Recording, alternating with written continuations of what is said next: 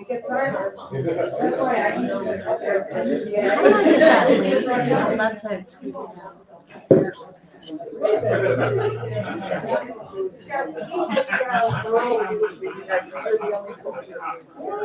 Yeah. Is that okay for you? Okay. You're gonna start off.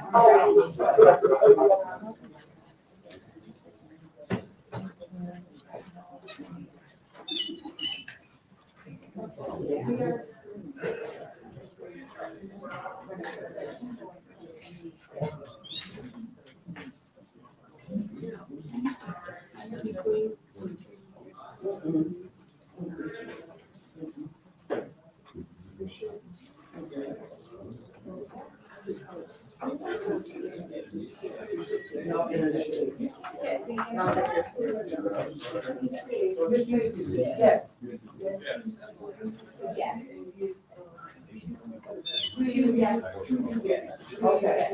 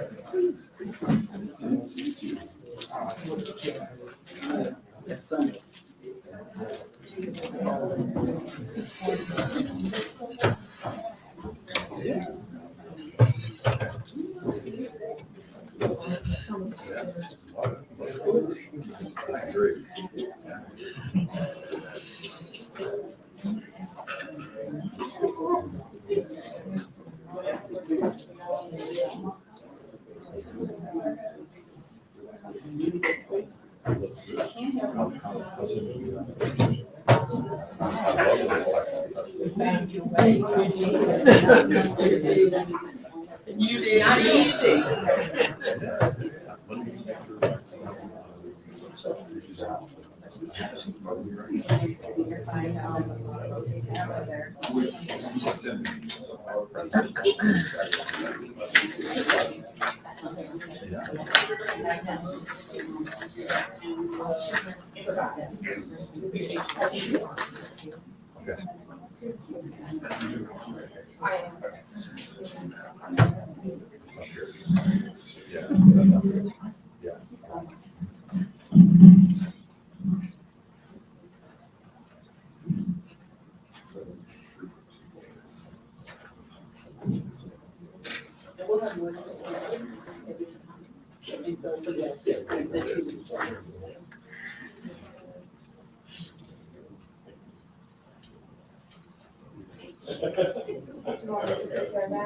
For the COVID. Yeah. Okay.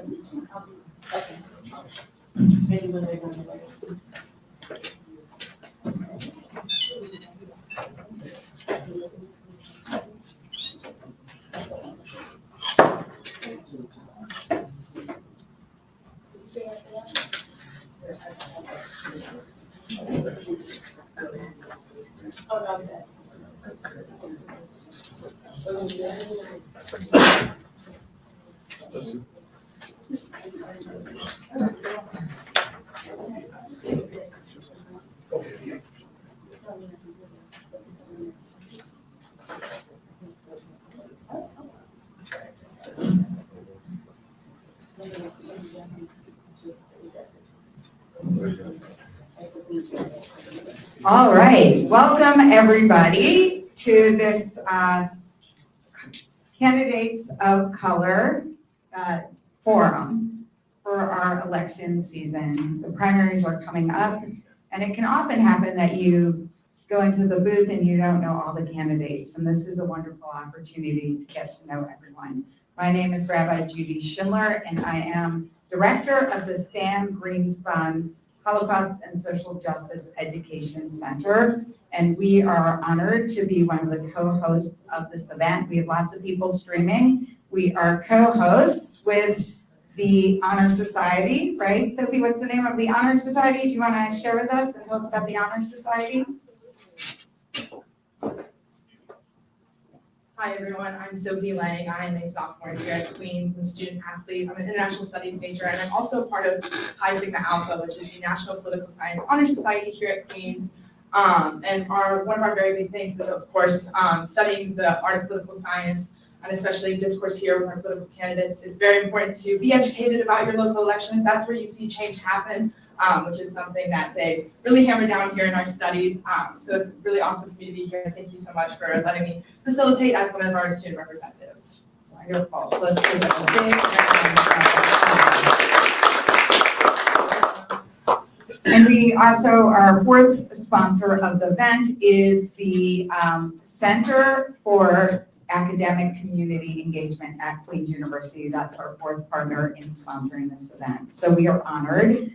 We have many programs. We like to support social justice education. So if you want to leave us your email address, we'll add you to our mailing list. And our goal is to support organizing and advocacy in the community. So whoever is in office, you will see us again because we listen to the community, we hear what the community cares about, and we make meetings with all of you to see if we can be partners in creating positive change. We are so honored to have our leaders tonight. We have Reverend Mcfadden. She is a scholar activist of the Stan Greenspon Center. She is a professor. She is a educator, a leader, an experienced veteran community organizer. And we have Aisha Du, who's in the back. She is a political strategist for 20 years or more. She'll tell you about herself. But anything political, if you just call Aisha, she knows it. She knows who everyone is. She knows how to get it done in the city. So we are so honored. This was their idea. Aisha last summer said, let's do a candidates of color forum, and it sounded like a great idea. And it was complicated, but I'm happy to tell you about that another day. So thank you all for being here. And for those of you who are streaming, thank you for being a part of the conversation.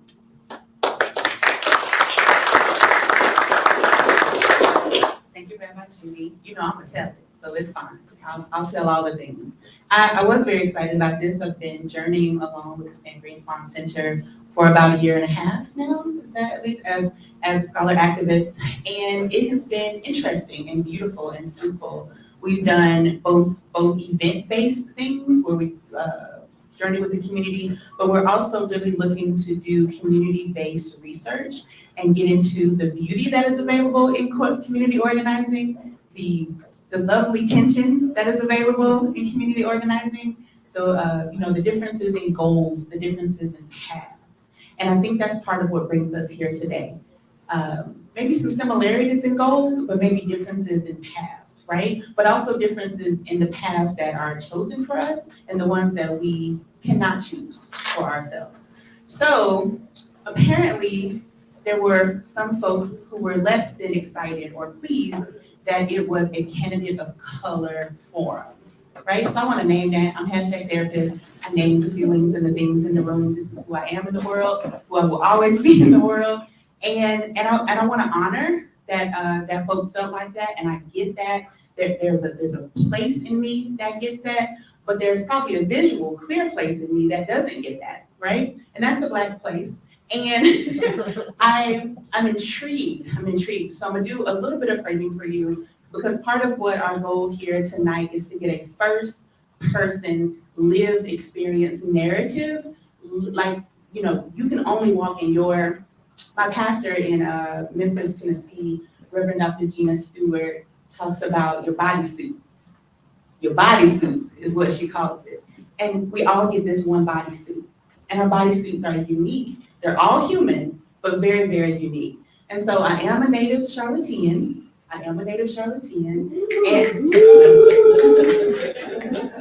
born and raised, okay. Around is where I spent most of my days. Okay, yeah. And I'm gonna talk about that a little bit. I'm gonna give a little bit of my first person, right, like lived experience, and then get into why that's important to hear from all of you. Everybody good with that? Yes. Yeah. Excellent. So I was born by the river in a little tent. I'm just kidding. I'm just kidding. I wasn't. I was actually born at Memorial Hospital. Yes. Do you hear me? Okay, I got you. Turned Carolina's Medical Center, turned Atrium Health. I feel like the hospital has given birth to itself a couple times after I came into the world. But I was loved and raised in 5 Points. Anybody know how many points left at 5 Points? Listen, I was there when 5 Points still had all the points. Points of ingress and egress, right? But they closed some of the points down. We can talk about that another day.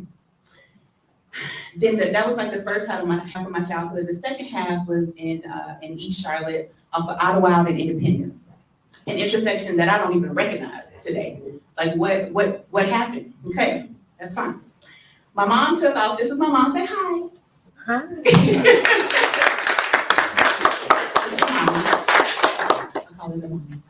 My mom took off one of her many jobs to enter me into a lottery that resulted in my attending elementary school around the corner, Myers Park Traditional Elementary School.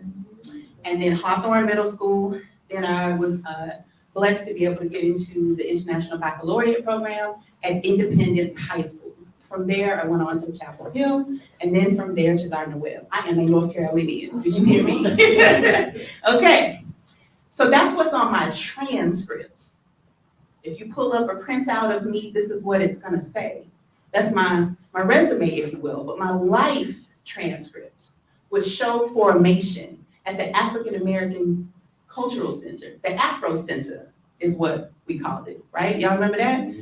This is right next to Little Rock when it was the Afro Center before it became the Harvey Gantt Center uptown, right? This is where I was formed. This is where I was affirmed. This is where I was nurtured. This is where I was told that I was beautiful, that my Black was beautiful, that my neighborhood was a community and the hood, and both were good. Yes. So why have I told you all of this in this setting? Because of this discomfort that I shared and named. #therapist, that's what we do. But this space was made for candidates of color and your lived experience as you navigate electoral space in your bodysuit. If not for the Afro Center, I may have responded differently when my elementary school teacher said that girls whose name ended in "shuz" were too hard to keep track of. I might have responded differently when my Hawthorne middle school teacher told me that we were just all hoodlums. And another middle school teacher that said that an all Black girl group of Battle of the Books, that we would be more successful if we integrated into the white groups. I might have responded differently. Oh, we won, by the way, I just want to put that out there. Yeah, we won that Battle of the Books. So I might have responded differently over different times of my life if I didn't have that container, if I didn't have this space, this autonomous Black space that affirmed me before I went out into the larger world, right? And that is part of what we're doing here today. Integration has merit, is valid. Desegregation has merit, is valid, and also it had impact on communities of color. That is the deal. So we are here today to hear from candidates of color in their bodysuits, from their lived experience perspective in being in electoral space. And that should be looked forward to hearing from. That a space was made, that's part of what equity is. I won't get into all the different pictures that the folks have made, but part of the equity is taking down the wall. And that may feel, that's the liberation image of it, but part of that may feel uncomfortable, but it is necessary. So this is necessary space, and I welcome all of you.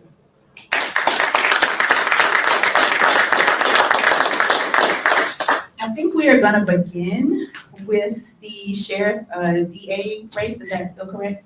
Yeah, we're not, the DA is coming later, but we'll do the three sheriff candidates. So we're going to begin there. This is how we're going to flow in. I am a whole reverend, so I'm a usher today.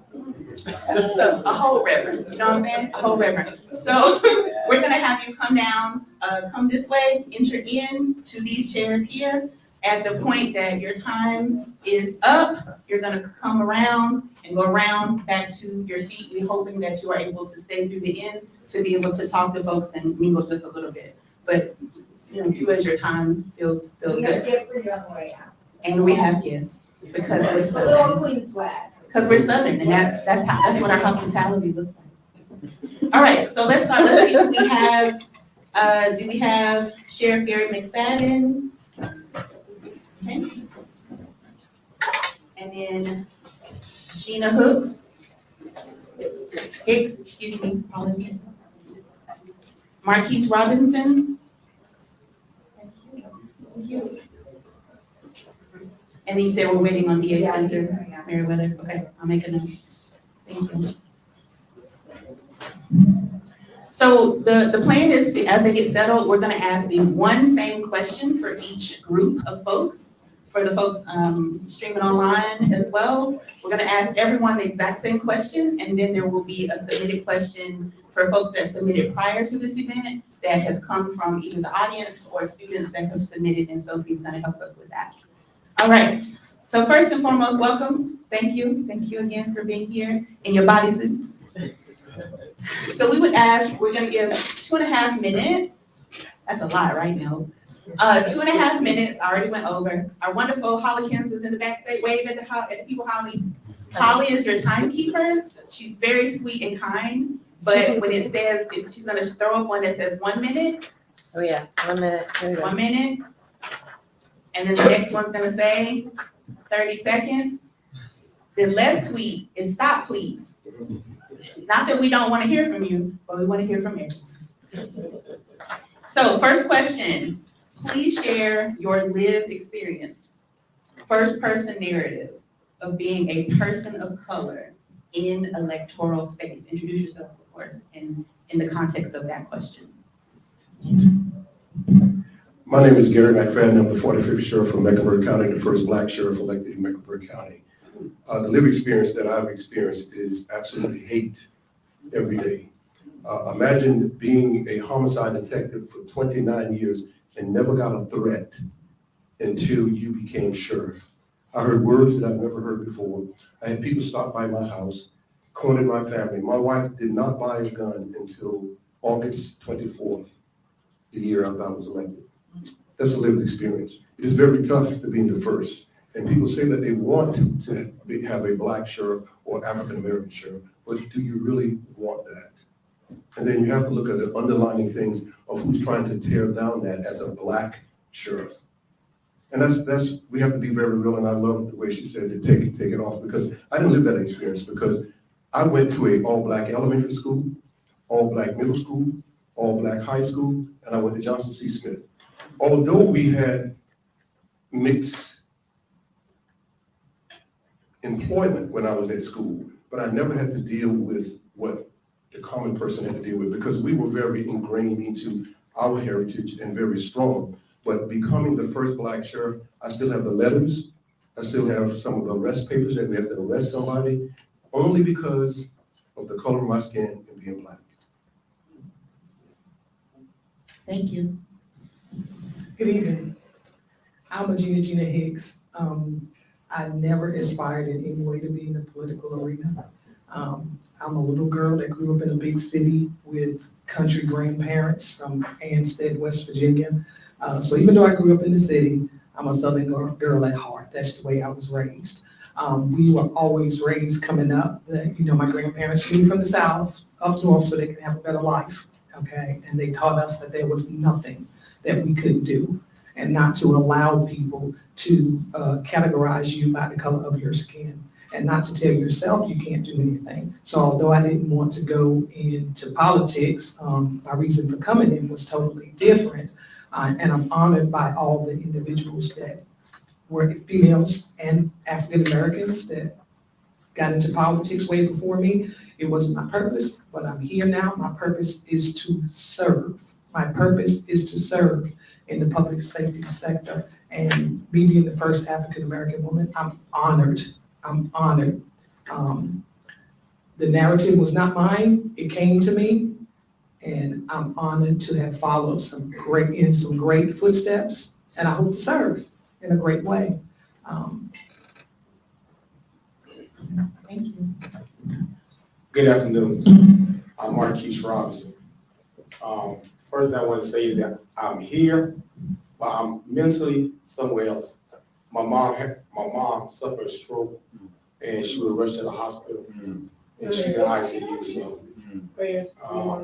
I know, one thing that I do know, all things work for the good for those that love the Lord. And I believe that, and I walk on that. One thing that I can say is that before I even knew what racist was, didn't even know nothing about it. In when I was in the 4th grade, being smacked by my teacher. Didn't know nothing about it. I went home, I was afraid to tell my mother. When I told her, then you know, all you gotta do is let mama know. And she took care of the rest. I remember getting pulled over, you know, by the police, even while being in uniform, in plain clothes, but while working for the sheriff's office. And I remember to this day how the individual, how he talked to me, and how it felt like I wanted to fight him. But at the same token, everybody have to have a character about yourself that says that, you know, I'm not going to scoop down to that level, you know, and I recognized what there was, and to myself, I said, I'm going to strive higher than this. This is not who I am. The feeling that I have on the inside is not the individual that I want to portray. And I want everybody to know that one thing that I'm strongly believe in is that we can, don't have to disagree, but we must respect everybody. So I don't care what our backgrounds are, the color of our skin, or what we believe in. One thing that I do know is that we may not see eye to eye for everything, but I believe that if we just walk with respect, that means that we can disagree, but I can still respect you as an individual and your decisions. Thank you. Thank you. We're gonna speak words of healing and life over you and your family, your mom, even right now. Thank you for being here, and also as a whole daughter. You roll up out of here when you need to. You hear me? Okay, I sound like Big Mom now. In my soul. Okay. Our next question is gonna come from Sophie, from students. So let us know if it's a student or someone from now. Thank you guys so much for sharing. So this is a question from some of the students here at Queens, and it is, what were some of the most important things you learned during the Black Lives Matter movement in relation to Charlotte's own struggles with racism? I learned that I had to march with the people in the streets. I learned I had to buy a mask with the people in the streets. I learned I had to help organize the marches with the people in the streets. The thing that I didn't understand is when I placed a Black Lives Matter sign that says Black Lives Matters here at the Mecklenburg County Detention Center, a young black man tore it down. But I've had many conversations with him since that time. And the reason was he got caught up into somebody else's hate and somebody else's agenda, because people were marching who didn't look like me or look like this panel. And see, here's the beautiful thing that they have, the advantages. They can put their signs behind the refrigerator and come out and not be connected to Black Lives Matter. So a lot of us struggle with Black Lives Matter because I'm Black, no matter what you think. I'm Black and I've lived the Black experience and still will live the Black experience. But trying to educate the people in the street to, you have the right to protest. You have a right to have a voice, but don't get arrested. Some people believe that you have to get arrested, but then the process of getting arrested, the process of getting that off your record, the process of still having that FBI number, the process of having your record expunged, you can still get your message across. And I think if I had to go back, I would still sit and talk with a lot of people to say, get your message across, but don't become part of the criminal justice system, because it's not just for everybody, it's just for you.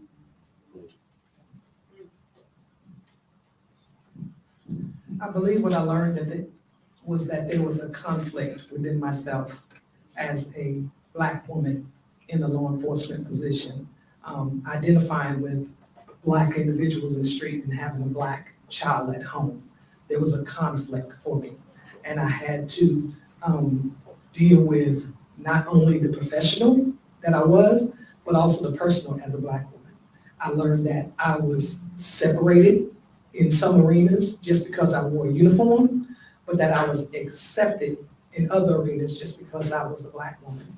I was called names, Uncle Tom, things of the like, and I've been Black for 53 years. And I kind of, feel like being Black is a struggle in and of itself, but being Black and trying to be unemployed and do the right thing in wearing a uniform and being ostracized and called names is a conflict in and of itself. Trying to teach our Black children to do the right thing in the world that says that you're not worthy, and to be worthy anyway was a conflict for me. So I learned that Black Lives Matters challenged me as a parent. It challenged me as an officer. It challenged some of my relationships because I weren't an officer. But I learned that if you stand steadfast in the right thing, okay, you'll never go wrong. You'll never go wrong. So Black Lives Matter was a personal struggle for me. The Black Lives Matter magnifies to me what really been going on for decades, and it's not going to stop until law enforcement reach out and identify what started the issue. When you look at law enforcement in the Black community, most of our minds go back, even though I wasn't born back in them days, but back in the 60s and 70s, it was the police that kept the Black people in check. So until law enforcement recognized that just because we wear a uniform, that we have to reach out and talk to the people, let them know that we're not in the same mindset as it was back in the day.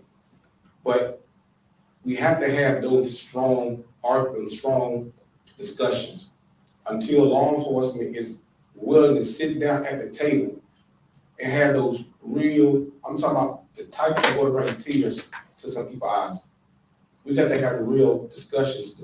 One is about that there is some bad apples in law enforcement. We cannot hide them.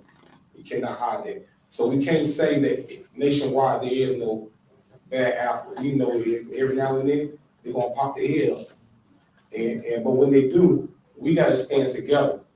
The law enforcement with the community, stand together and say, we're not gonna tolerate anybody to be treated any kind of way disrespectful, regardless of your skin, regardless of what you believe in, regardless. I may sound like a broken record, but I just firmly believe in respecting people, even though if I don't agree with you. We can go around this room, we can talk, and I'm not going to agree with everybody. But one thing I can tell you, we have to respect each other on both sides. And one thing I can say about the men is that once men feel disrespected, it's a fight on our hands.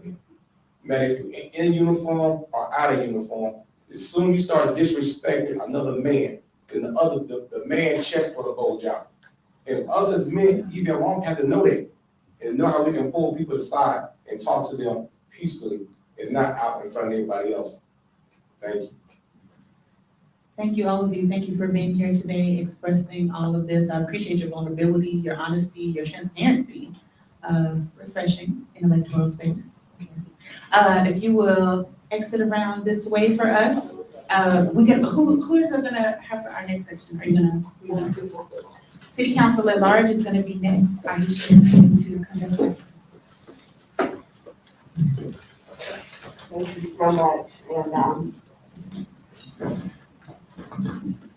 And thank you all so much. Thank you for being here. And please go take care of your mom. Go take care of your people. Your cool people. Go take care of your people.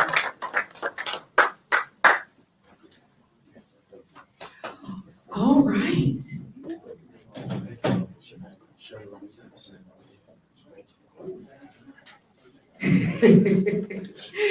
All right, so I will go ahead and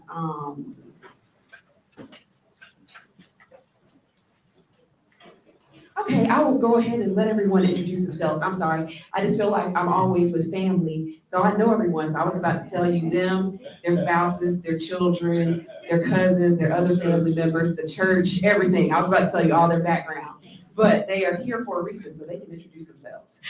So you can see on the screen that we had Councilwoman Dimple Ashmera, who's not with us, but we will start on my left and your right with former Councilwoman Luana Mayfield. I'm sorry, with the question. Yes. So, oops, see, look, I can't follow instructions. Please share your lived experience, first-person narrative of being a person of color in the electoral space. 2 minutes, right? Okay. Hi, everyone. I am Luana Mayfield. That lived experience is an interesting one. I am Black, I am female, I am openly LGBTQI. My wife and I now have been married a little over 5 years, been together a little over 15 years, so we got married a month after our 10-year anniversary. So when I first ran for city council in 2011 to represent District 3, what was really honestly important to me is that I was only the second Black female to be elected to city council, but there was very little to no energy that was in that space. It was, all the headlines were around the city's first openly LGBT elected official. Here's what that means. I'm the one that told y'all from the beginning, because I am not the city's first gay person that served. I just told you in the very beginning who I was and who my family was. I grew up in Miami. A lot of people know my story, some don't. My father unfortunately passed away when I was 13, my mom when I was 15. By 17, I was out on my own. I came to visit Charlotte when I was around 18, back in 1988, and I fell in love with the city. First time I saw seasons was coming to Charlotte, growing up in Miami. So I did not know racism, honestly, until I got here. Charlotte was a very Black and white place back in '88. So I did not experience and knew what it really looked like. The challenge that I had was owning my Blackness and being unapologetic and addressing very direct issues regarding police brutality in communities of color, because I was a community organizer. I trained under members of SNCC. I trained under true grassroots leaders, and I took that with me into office, and I never turned away from that. And that was a challenge for a lot of people, because there's an expectation that once you get into office, you're just supposed to go along and get along. That is not what I did. So that lived experience for me was one of constant challenge as a Black female.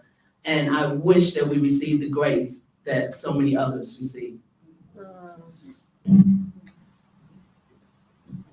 Good evening. Good evening. My name is Patrick Cannon, and of course I'm vying for Charlotte City Council at large, running, I guess, for re-election. I have had the opportunity to serve in a district capacity, in that large capacity, and in the mayoral capacity. People have said, well, why aren't you trying to run for mayor again? Well, don't know that I want to really be facilitating meetings and doing the things that the mayor does, which is not a bad thing. But I just like walking in high grass. It's where I've been for a very long time, making things happen for the betterment of our community. Well, my lived experience, being a Black male, has not been easy. In fact, many of you will recall that when I first ran for office, and some of you may not recall, I was 26 years old. I was the youngest person to ever get elected. I think the record still holds. I don't know for how long, and that's a good thing. We need to get more young people involved. But being 26, the mayor then had, for whatever reason, a way to want to refer to me as boy. Hey, boy. And at first, I was like, maybe that was just a slip. But it continued up until the third time. And that's when I stopped him. And I said, listen, I said, don't call me boy. I'm sorry. Okay, man, you're searching. I mean, didn't quite understand what that was about, but that would have been my first real experience. And I'm just, really engaging and I'm learning. I'm 26 years old, so that was quite a thing for me to experience. The second thing was this: while running for office, I was running along with a gentleman by the name of Roosevelt Gardner. And the way the newspaper portrayed us in that run, they made him very dark and made me so light until all you could really see was my mustache. That's how light I was in the photo. Don't really understand why that would have been the case. In fact, I still have that because, Mama keeps all the clippings. So we still have that, but it was a reminder of just how people can work to divide us, which then leads me to this as well in terms of the lived experience. I experienced the opportunity to be able to see how people who are Caucasian or white would divide us as colored people, pitting us against one another. And so that would have been some of my lived experiences. And I want to conclude with that because I think that's my time. Thank you. Good evening, everyone. James Mitchell, also a candidate for City Council at large. I'm a Charlotte native, so let me go through my experience as a Charlottean being an African American. And it started, I was born in Southside, left Southside, and I got the label then, I'm from the projects. Left Southside, moved to Garden Park, Bakersford Road, attended West Charlotte, and then I got the label, he's from Dub C. And then an event happened in 1980 when the men basketball and women basketball team went to K skating ring on Central Avenue. Anybody remember K skating ring? And so both teams were going to skate as a year-end project. Two of my white basketball players was already inside the K skating ring. And they came outside and they said, why is the rest of the team out here waiting, not inside? The manager had came out and told us K skating ring was crowded. My two white colleagues looked at the manager and said, no, it's not. There's no one there. And I never get the manager reply. It's crowded for those people. He pointed at 11 females and men basketball players from West Charlotte. We were just in high school. And so at a young age of 16, you realized that you couldn't get inside a facility because of your skin color. And we all wrestle, how will we react to racism? So the good thing about it, I would tell you, FBI did an investigation and they closed down K skating ring, so justice was served. In my last minute, let me talk to you about being an elected official. They do look at African-American elected officials, wonder how do we articulate. Amen? They talk about why do you only have a concern of Black people? And as Councilmember Mayfield said, you have to be unapologetic by carrying out an African-American agenda as an elected official. I would tell you, I became a national president of an organization, and I remember they sit up there and told me nicely, they say, are you comfortable or do you need to take public speaking classes before you become the president of National League of Cities? And I nicely told them no. I've received a great education at North Carolina Central University and a great education at CMS. And so is it tough to be an African-American elected official? Yes, it is. Is it more responsibility? Yes, it is. Thank you. Thanks to all of you for keeping the time. So I will kick it over to Sophie for a question from audience members and students. Thank you guys so much for sharing. What is on the at-large city council's agenda for the next couple of years for bettering Charlotte? So, for clarification, before we get started, since we are all candidates and currently not on council, you're asking what is it that we hope to accomplish or what is on the agenda? Because that's two different questions. What are you hoping to accomplish? Apologies. Yeah, absolutely. Well, one of the things I hope to accomplish would be working with my colleagues collectively, because working together works. That's the only way we can really get things done is to work together. And I hope that in that work, that's something that can be considered is really looking at economic development. That area is so important. Right now in the 2021 budget expenditures, which of course, when those budgets are voted on, is for the next 2 years in advance, right? And so right now, the number is around of 700, it's over $700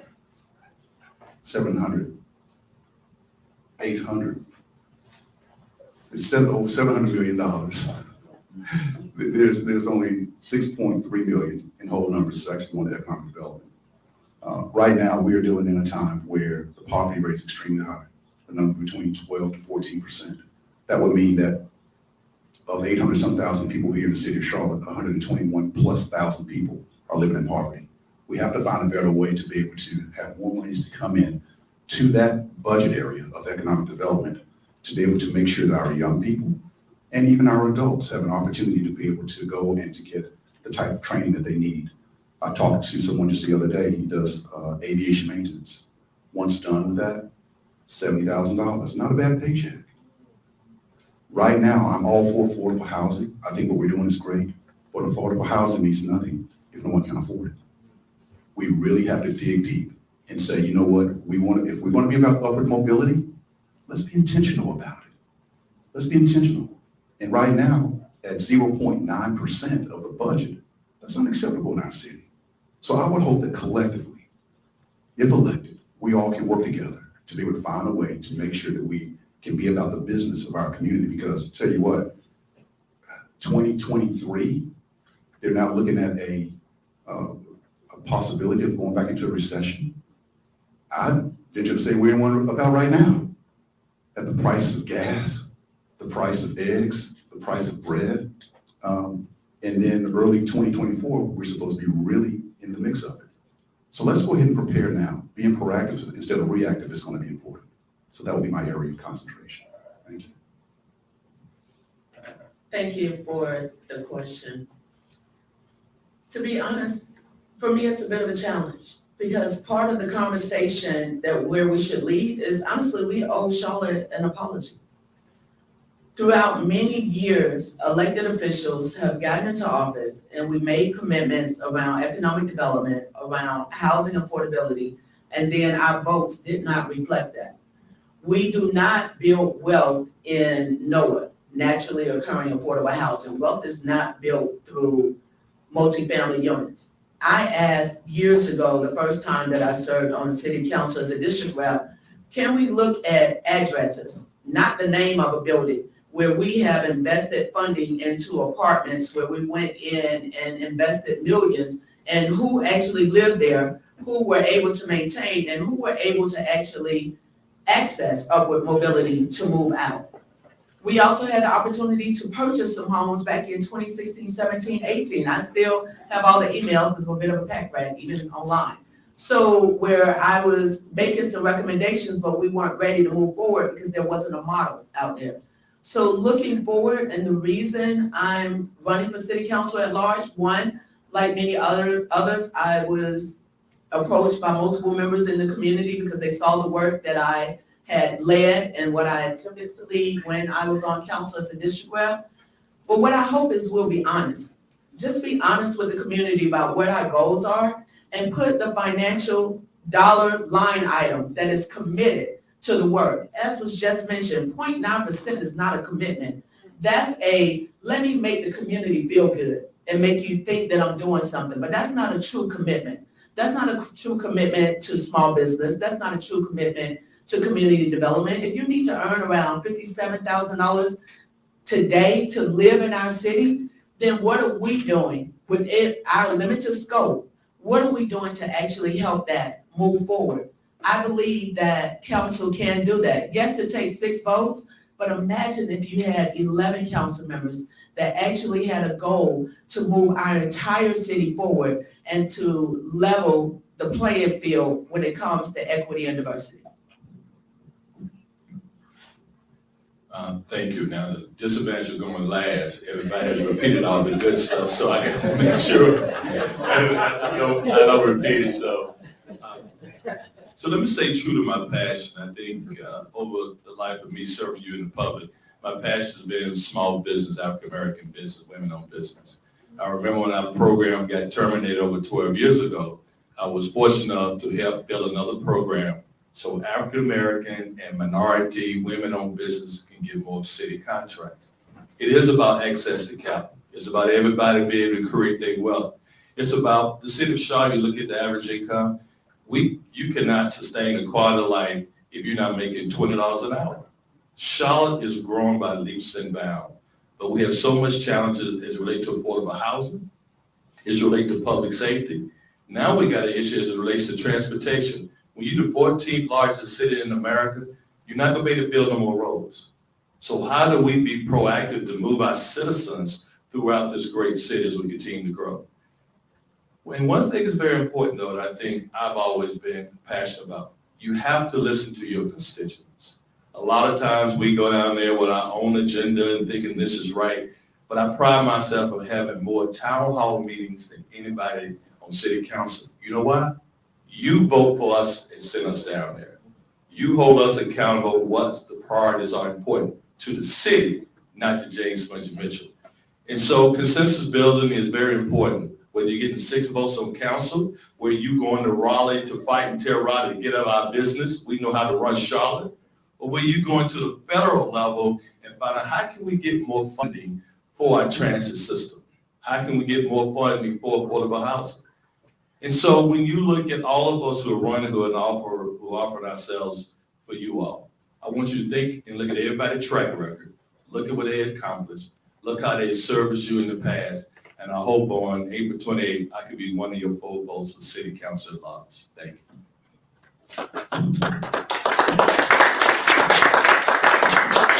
All right, thank you so much to our candidates who are it feels like they're just a bunch of incumbents, right? Because they've all been elected before, and they've been around quite some time serving the community. So thank you all so much for sharing your time. We really appreciate it.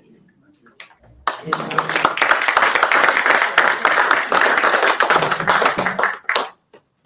all right, so I will now kick it over to my womb friend. So Aisha and I call each other womb friend, WOMB, because our parentals were friends before we were born. Our mothers were friends before we were born. So we knew each other before we were born. And as a whole restaurant, we joke and laugh and say that we acted like the babies in the belly. You know, John. So we're womb friends, is the thing. We want to welcome the candidates for mayor to come up to the front. The womb friends don't bite. So we welcome Tigress Sydney Acute McDaniel. Am I saying that well? Okay. And Lucille Puckett. Right in front of you.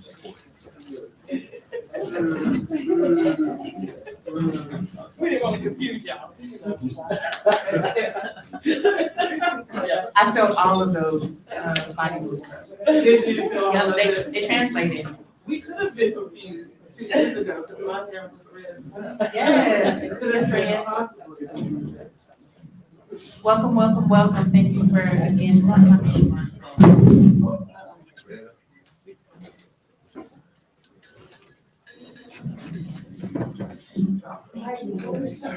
All right, be ready for your mic drop moment. So for those that may have just joined online or folks that have entered the room before we started, we are asking each set of folks 2 questions.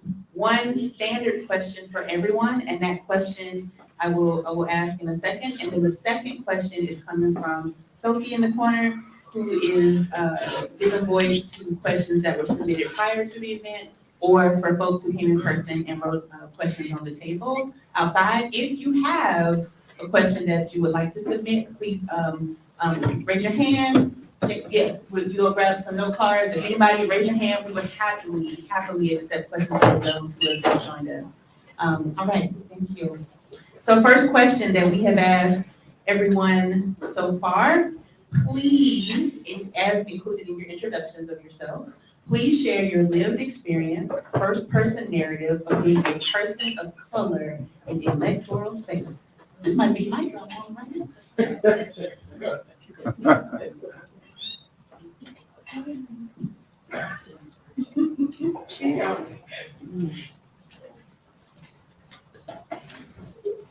And what is the time? I'll get back to the city one. At 2.5 minutes for each question. Holly in the back has cards. She'll put up 1 minute, 30 seconds, and then stop, please, in the key of Southern.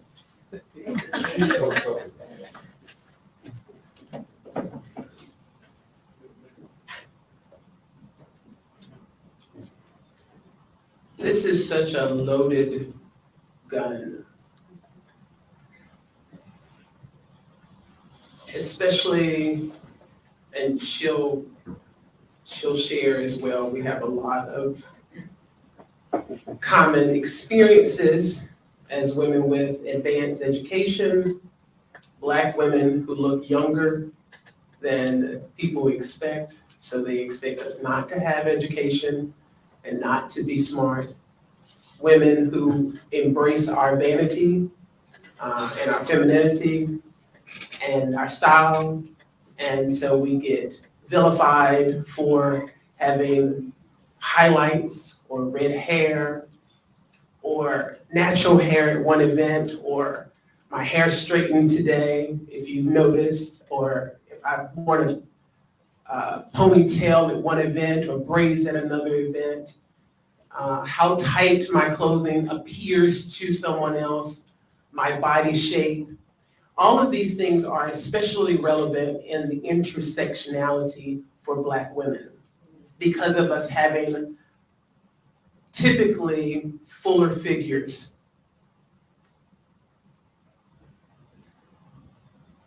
We deal with discrimination on a second, hourly, day-by-day basis. It does not stop.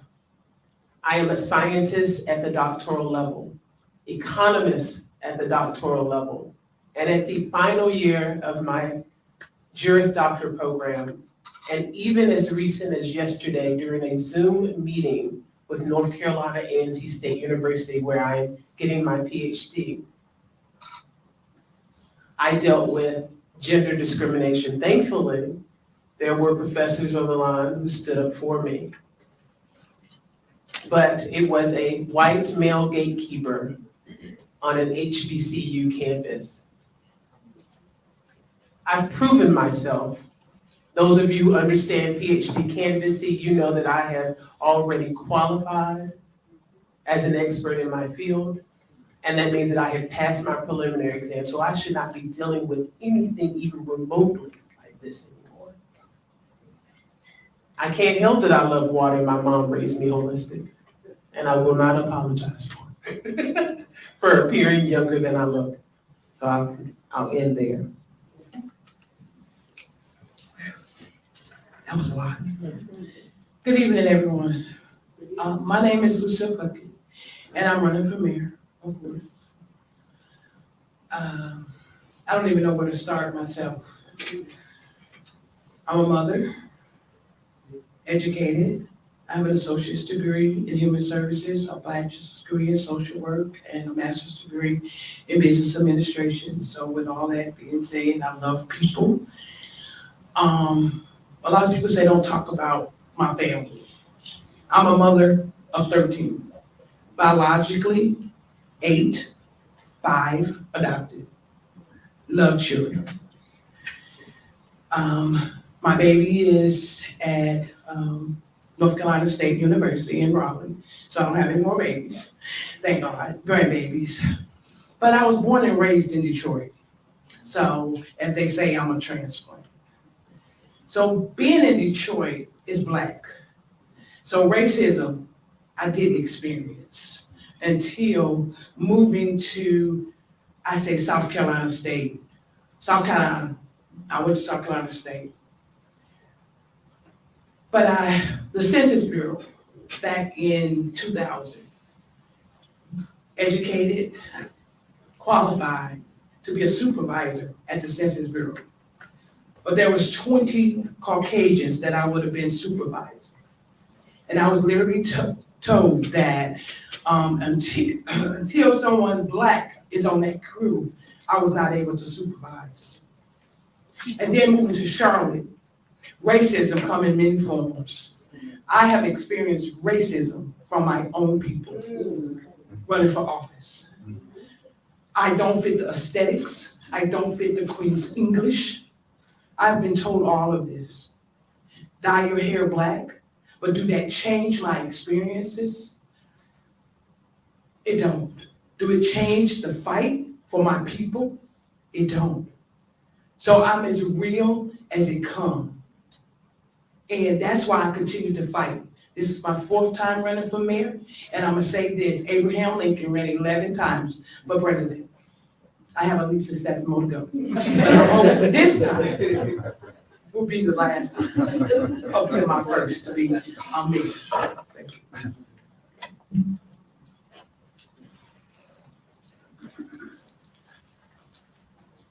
Thank you, both of you. Can you hear me? Thank you, both of you. I felt every side. I felt every part of that, and I don't want to name that. I said earlier, #therapists, we name the feelings and the emotions in the room. That's what we do, not to pretend, right? So I get that. And I sit here in my bodysuit, and I'm having a visceral experience with you. Thank you for your vulnerability, your transparency. You do not owe us your story. You do not owe us your pain, but we do sit in this with you. Thank you. Sophie is going to bring us our question from the audience or from another student. Thank you so much for sharing. This is a question posed from the audience, and in relation to the increasing homeless population here in Charlotte, how do you propose to effectively address housing for the low to middle income residents?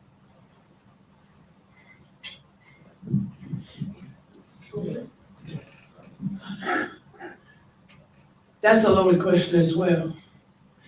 I would say first we need to take a look at the developers and who is coming into our community building. When I look around my community, I see where people is coming in and offering, with the economy the way that it is, little to nothing for homes. And I just say we as African American, as an African American community, we need to start investing in buying back our own homes in our own communities and look into home ownership and put those units back out instead of allowing developers to come in and tear down and building all these multi-units that they claim as affordable, and they're really not. When they talk about affordability, it's like a buzzword here in Charlotte, and I hate to hear it. Because when you talk about a 1-bedroom at $1,200, we know that's not affordable. I was riding down 30th Street on yesterday and looked at the first place that I lived in when I came here to Charlotte, and that was Delahaye Courts. That's a public housing development. But now when I go over there, I see expensive homes, apartment complexes that's going up. We have to stop that. Being on the city council, we have to know how to say no and not yes to everything. Because if it don't work for the masses, especially the middle income, the lower income people, we have to have a plan that will work for that population of people. Because all I see going around Charlotte right now is gentrification. They saying that it's for our people, but there's no true protection for our people. When you look at the 2040 plan, when they talk about the UDO or being able to build the duplexes and things like that, where single families homes go, that's a form of gentrification. We have to know what it really looked like for our people and say no.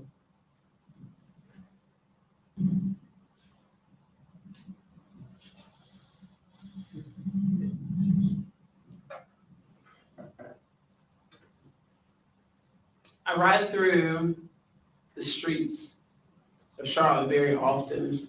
And if you know anything about my background, you know that homelessness intervention and prevention has been core to my philanthropic endeavors. I run the Above Ground Railroad and also run the Southern Hospitality Project. And through doing so, we have worked to help get them into stable housing. Sometimes it's with the assistance of the city. Some of you know that I'm originally from Greensboro, so I've done a lot of work in that capacity there. And also here in Charlotte, especially during the blizzard of '96, if you remember that, and then there was a blizzard that we just recently had as well. And there were unhoused individuals who were living along the tracks by the Greenway in Greensboro, and we helped and put them all in hotels. That is not sufficient. So to answer your question specifically, and I'm giving this background so that you know that this is a core value for me. I saw the news when they recently approved building 602 units. Anyone saw my tweet in response to it? Did you saw it? Okay. Yeah, so the math is not mathing.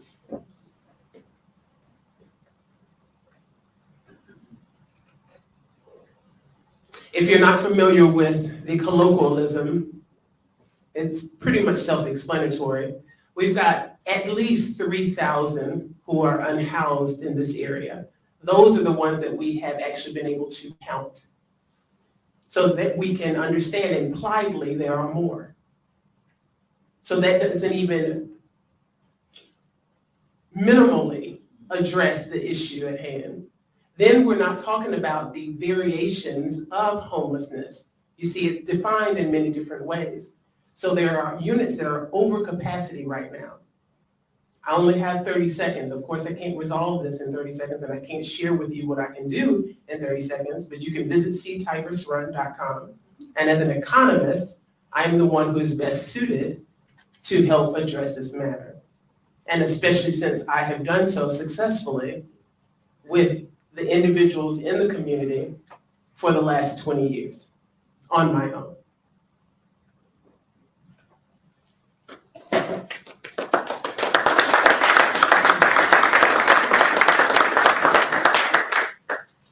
Thank you again. Many, many thanks. Deep appreciations. Grateful to have met you in this way, in this forum, in this space that was made for not just your story, but how it feeds into how you show up in community and show up for all of us. Thank you both. Thank you both so much.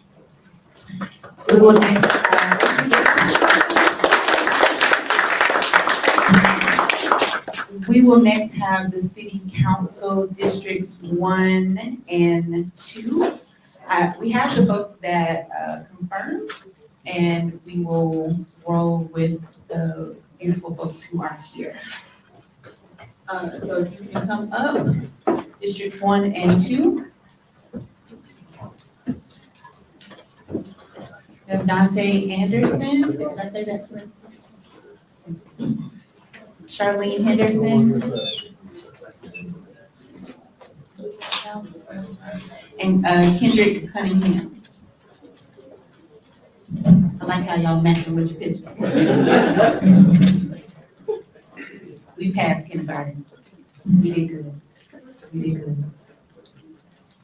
All right, Aisha.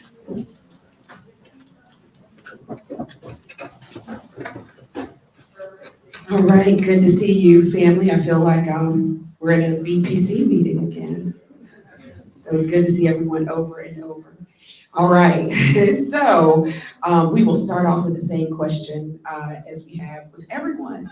Please share your lived experience, first-person narrative of being a person of color in electoral space.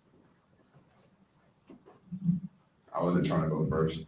But good afternoon, everyone. I'm Kendrick Cunningham, running for Charlotte City Council District 2. And my lived experience started off, I remember when in fourth grade, I'm a Charlotte native, so I matriculated through Charlotte Mecklenburg schools. And all fourth graders in Charlotte Mecklenburg schools have to go through a junior achievement program, which is now called BizTown. When I was in elementary school, it was Exchange City.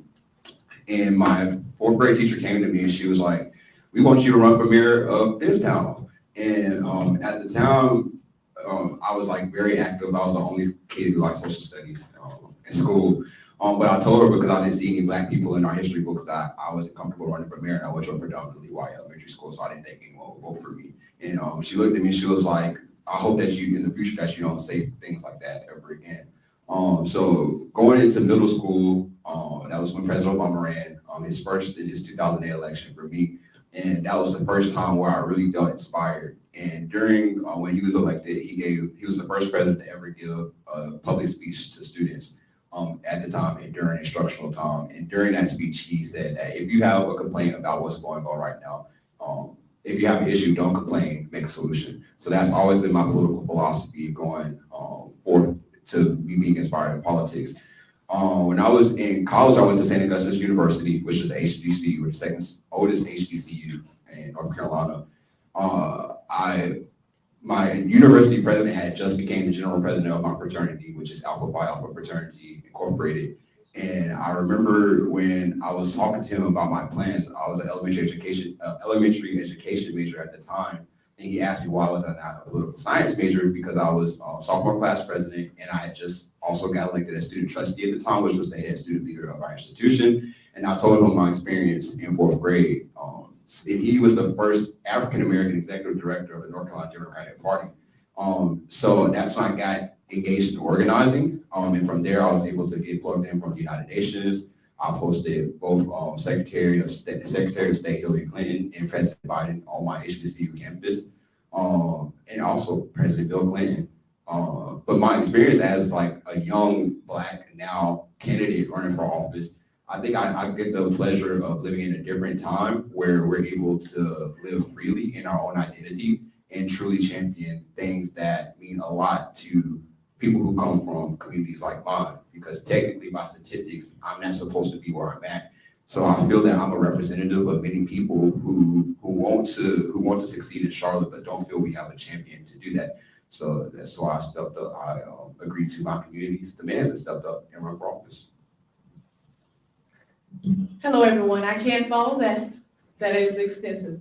My name is Charlene Henderson, and I am running for City Council District 1. My background is a little different. I'm cut from a different cloth. Born and raised, I am a native of Charlotte. My history is long.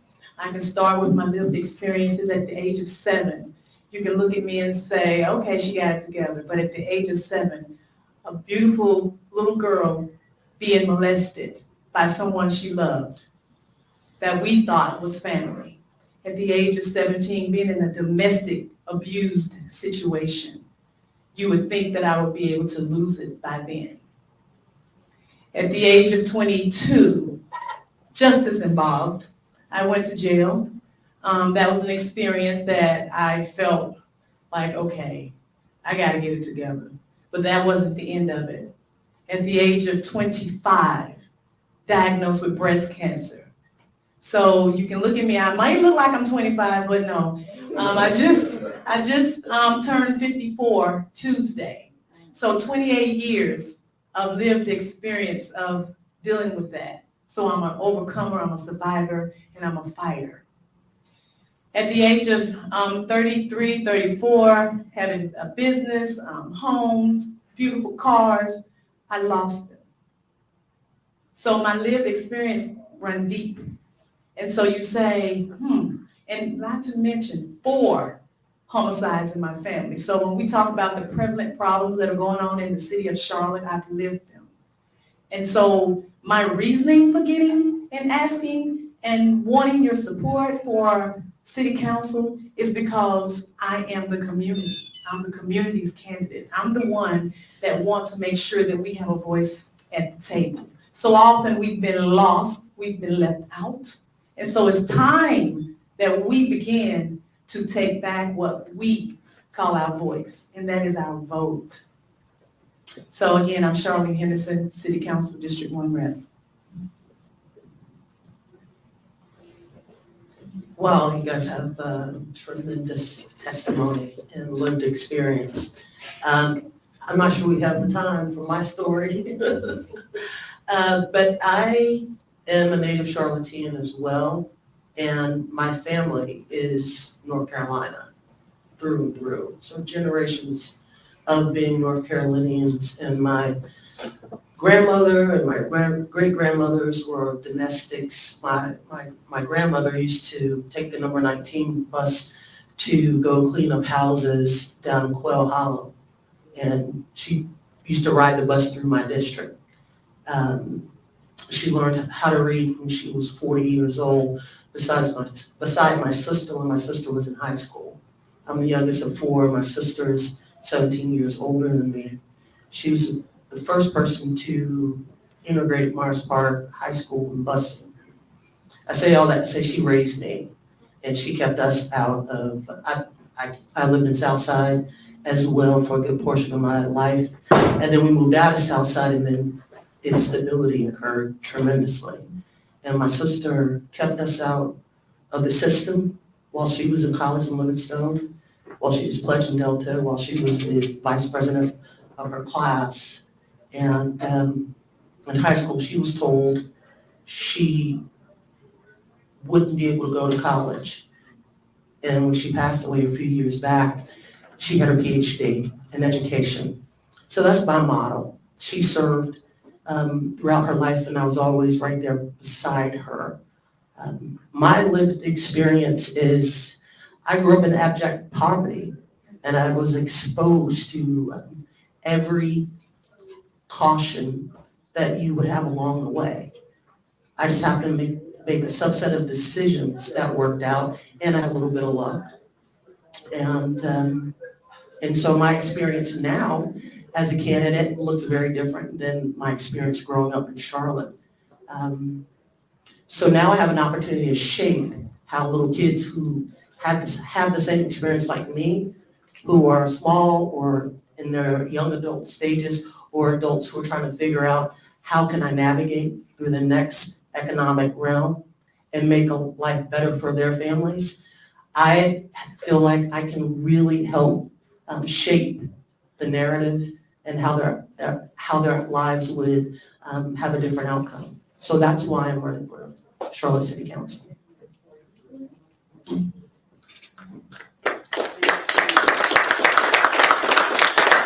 Thank you so much. I'm gonna tell you this. You all don't look like what you've been through. Thank goodness we don't. So I will kick it over to Sophie for our audience/student question. Thank you all so much. This is a question from the audience. Charlotte is growing, but only for those who are financially privileged and that come here every day. What about those who can't afford to live here or to leave?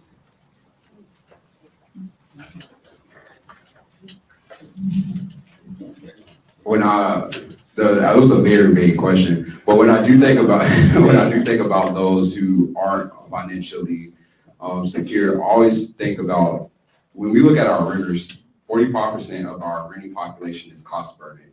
And when we say cost burden, that means they pay over a third of their paycheck on rent.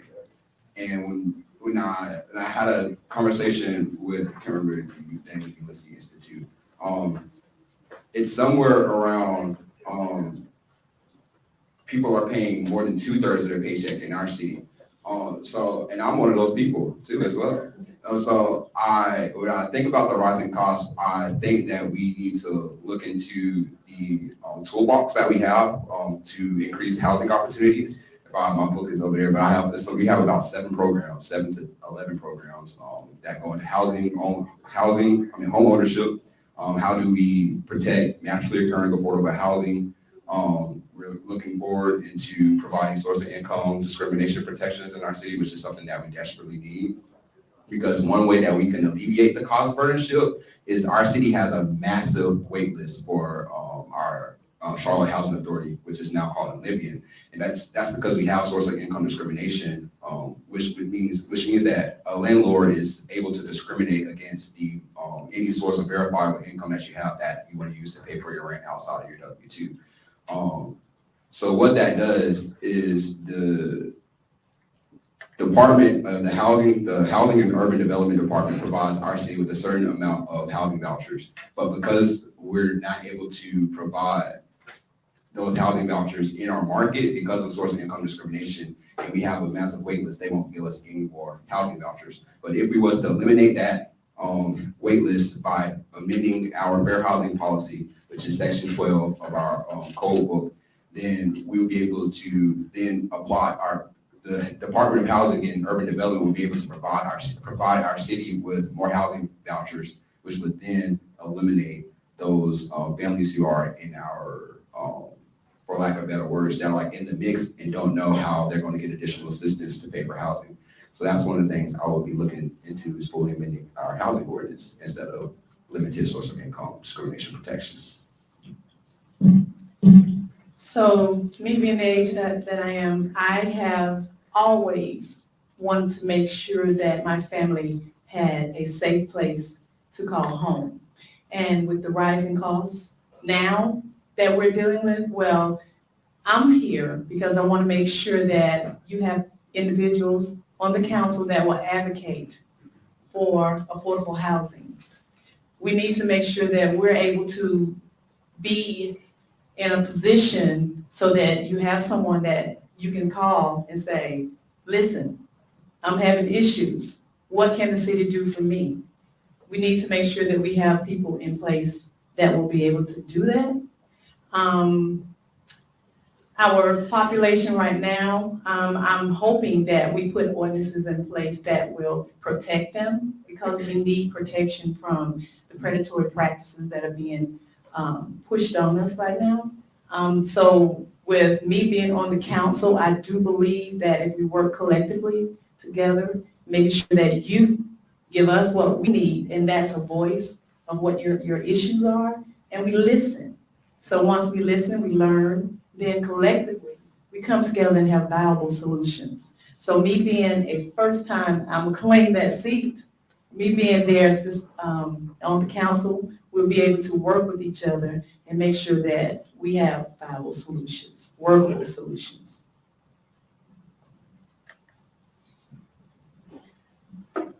So I think your question is really about how do you break the cycle of living hand to mouth, right?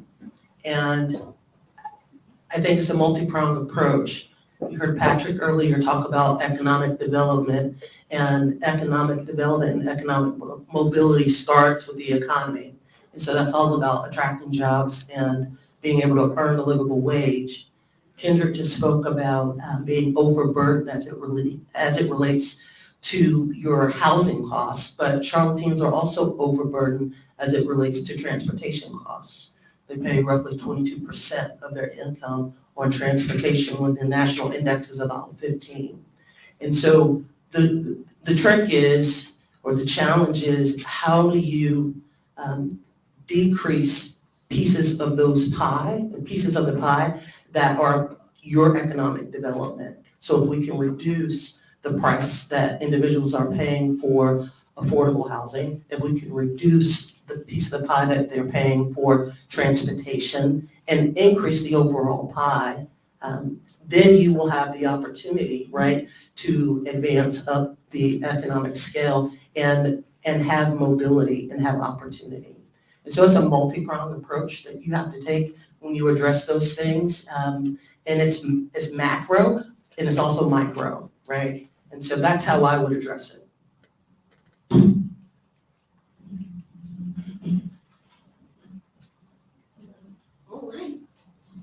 All right, well, thank you all so much. I just wanted to actually sit here and listen to our other round of incumbents. Oh, no, that's right, you're not incumbents yet. But thank you so much for being with us and sharing. And we will rotate to our next group of city council members. Thank you, thank you. So now we have City Council District 3, 4, and 6.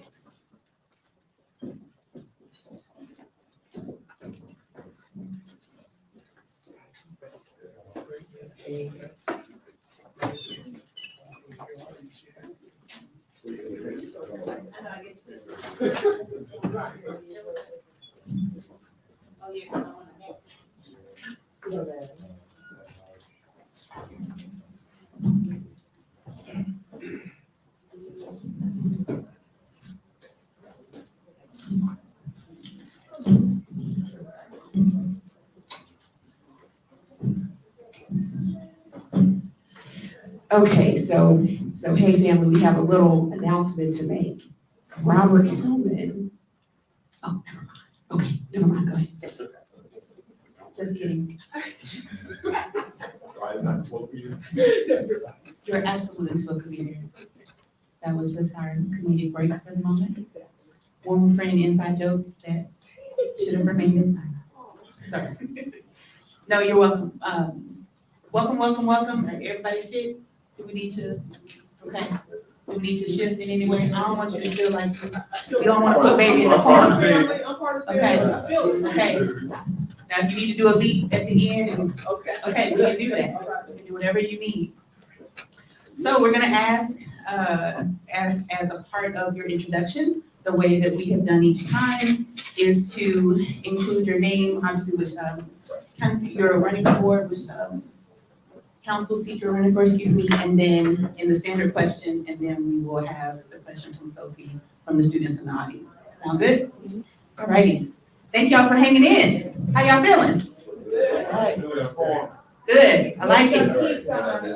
Yeah, there will be pizza at the end. If pizza is your jam, it's happening. Or if you need it when it comes to the sneak out and grab. Yes, back to being in the church space, when you smell the food coming from the fellowship hall, like you can't even focus no more. Like you forget what is happening and you're just like, let's be over. Somebody, yeah, okay. So we will move as the waft of the smell moves us.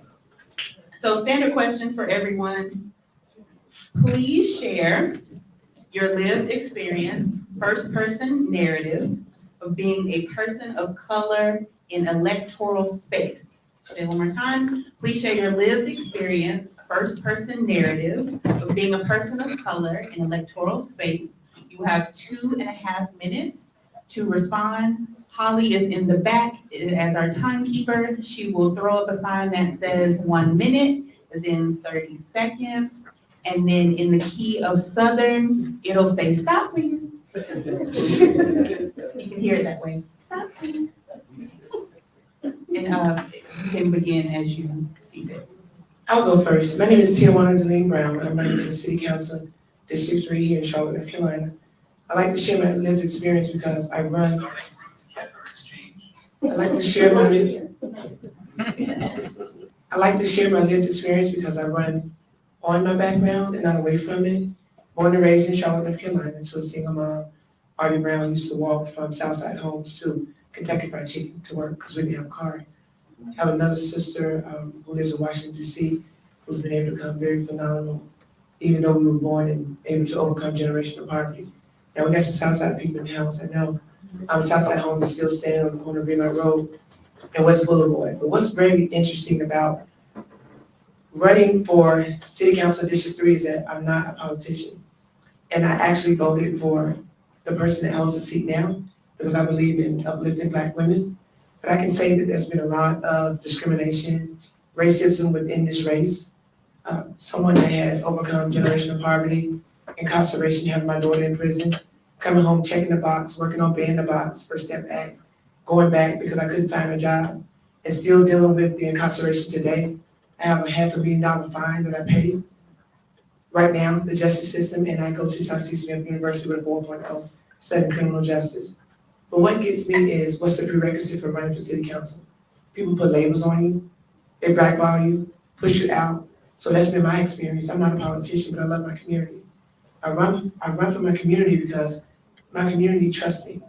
I've been in the community all my life for 17.5 years, from the White House to speaking at Harvard Law School, to Yale Law School, to building symposiums and banning the box and banning handcuffs and shackles of people having their baby like they did me. So when you look at me, you look at a person, don't feel sorry for me. I don't have an innocent story. I did what I had to do, and all my life I had to fight. But when we fight, we win. That's my slogan for the campaign. When we fight, we win. I know a lot of people look at you and they say you don't have the credentials, but what are the credentials? It's not the letters behind your name. It's how you stand in your truth, bold and unapologetically like I do. I represent my district. I love my district. Tijuana Brown. That's my story for running City Council in District 3. Thank you.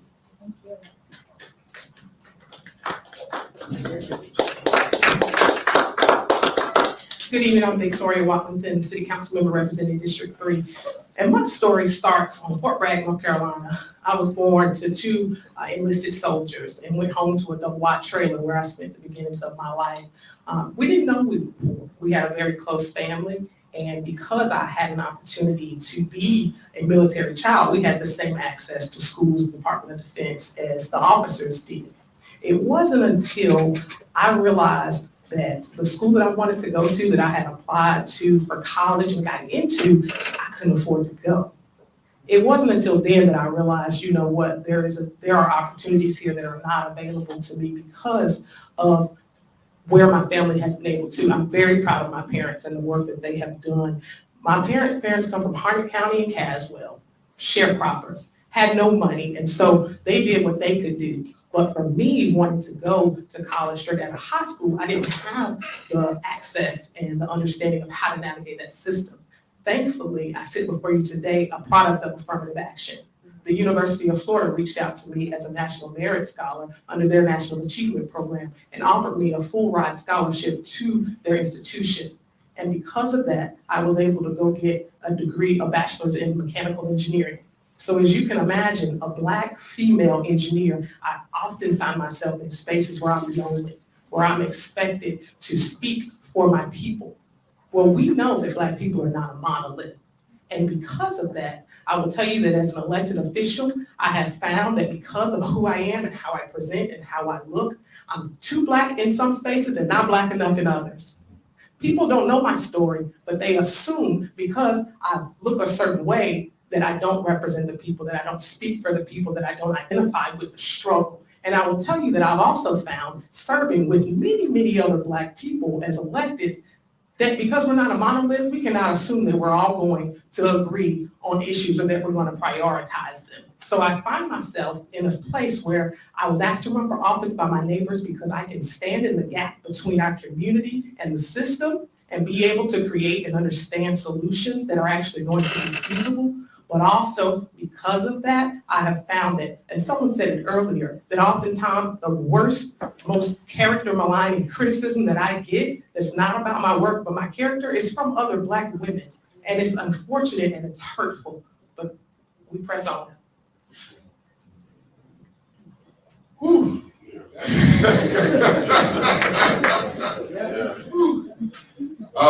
My name is Robert Owen, and I'm your candidate for Charlotte City Council District 6. My story is a long one, and I'm going to keep it as short as possible and as focused as possible because it needs to be focused. I was my experience in life has been the reason for me to move forward to do the things that I've done in life has really been about kind of getting people to come together, right, and identifying good people in certain circumstances. Because what you will find in life, and I've traveled the world and I've come to understand this: there are good people and there are bad people. The bad people will do things like when you ask them to write a recommendation for going to graduate school. To go get a PhD after you graduated from MIT and work for them and written research papers for them, they'll say, yes, I'll write your recommendation. You will then find out that they wrote a recommendation was, I do not recommend that this person go to talk about it. That same person later on in life was ultimately sued for sexual harassment and sexual harassment and discrimination by actually a classmate of mine who worked at Bell Labs. But again, you can't let that stop. That didn't stop me. I guess that's kind of the point. There are bad people out there who are trying to stop you and keep you from moving forward. You've got to go out and find community with people who want to help you. So a large portion of my campaign, what you'll hear me talk about, is growing together, moving together, and safer together. Because I'm a firm believer that if we can do those things, we're stronger together as a society. So what that means is that the evil people or the bad people out there, they're going to do what they're going to do. But the good people, the folks who understand that we need to do something about affordable housing, the folks that understand that we need to get people on ramps, the folks that understand that we need to be safe and build stronger and better transportation systems, they will come together, and I'm assuming they're all in this room, they will come together, right, and build a better and stronger society. And so my name is Robert Hillman, and I'm running for Charlotte City Council District 6. And I appreciate your vote, your volunteerism, and your dollars. Thank you.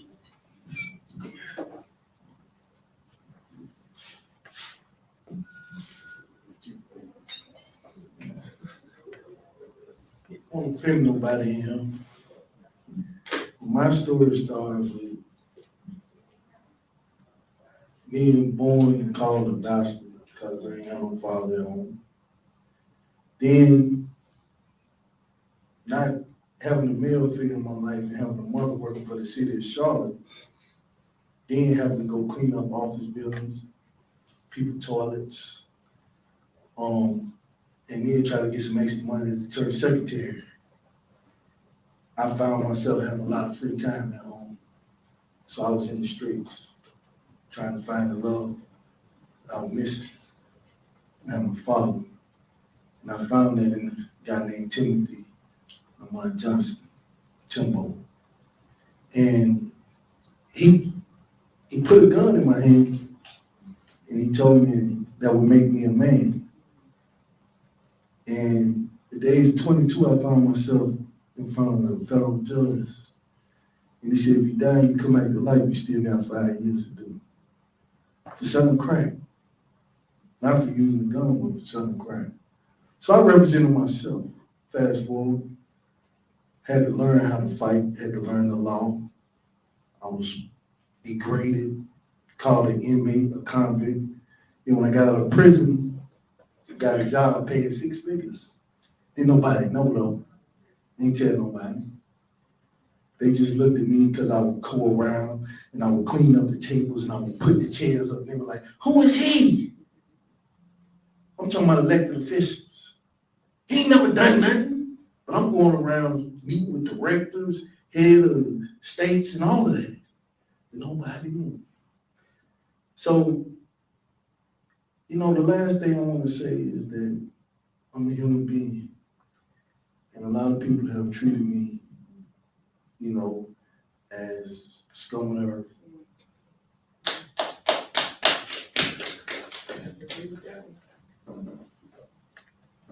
My name is Stephanie Hand, and I'm your candidate for Charlotte City Council District 6. I'm an East Coast girl from Morehead City, North Carolina.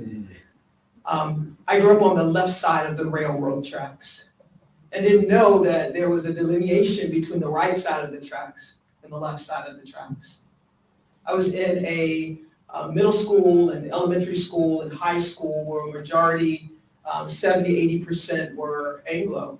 But because I was a student athlete and was really, really good, I didn't face the things in which my friends faced. I ran for class office in high school and I won. And everything that I did in high school, I won. So one day I decided to go with some friends to the counselor's office because that's when we were going to visit schools and we had to have the permission of the counselor to go. And this counselor, who happened to be Anglo, wrote off my friends real quick because her mother was a school teacher there. But when it came to me, the all-star athlete, grades were about a 3.3, said to me, young lady, you only have the capacity to go to the community college. So you can't go to the college trip. I grabbed the paper and I had my head down and I was walking out the room. And the vice principal, Mr. Gordy Patrick, was coming down the hall and he saw that my countenance was gone. And he said, what's wrong with you, Stephanie? And I said, well, I wanted to go on this trip to college and the counselor said I couldn't go because all I was capable of doing was going to the community college and there's nothing wrong, brothers and sisters, with community colleges. Sure. But my mother and grandmother said there was more in me and said that I was going to college because they could not afford to go to college. And so I stand before you today as a child of God who has a doctorate degree because that man told me I couldn't do it. But my grandmama and granddaddy and mom and daddy them said, you can make it. Right.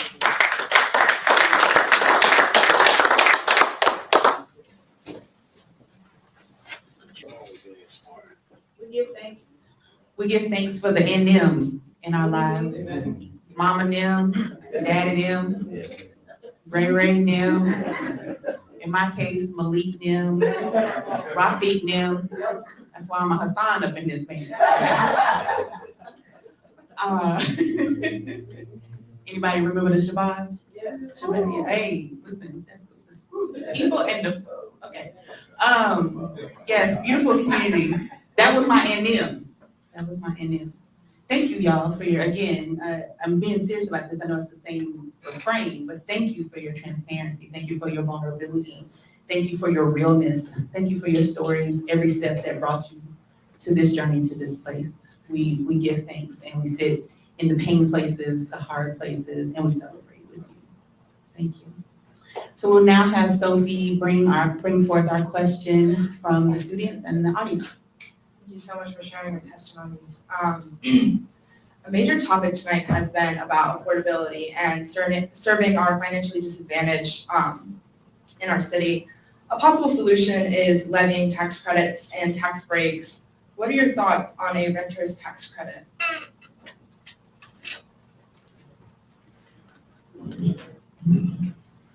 I'll jump on that real quick. Honestly, if you look at the statistics, most of the people, a lot of the people who want to live in Charlotte can't afford to live in Charlotte.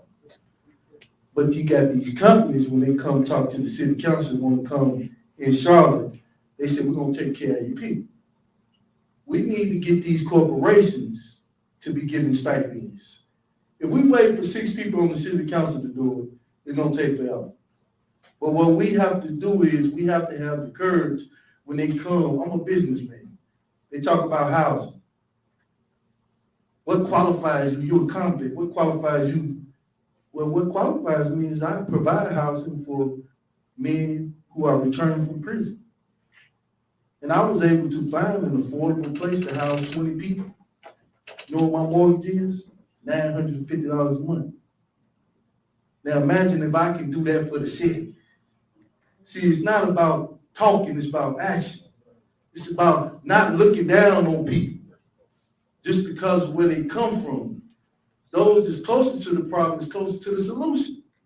So when you talk about being able to give back and give people what they need, which is, like you're saying, a tax incentive, that should come from the people who are begging us to give them the zoning when they're at the hearing.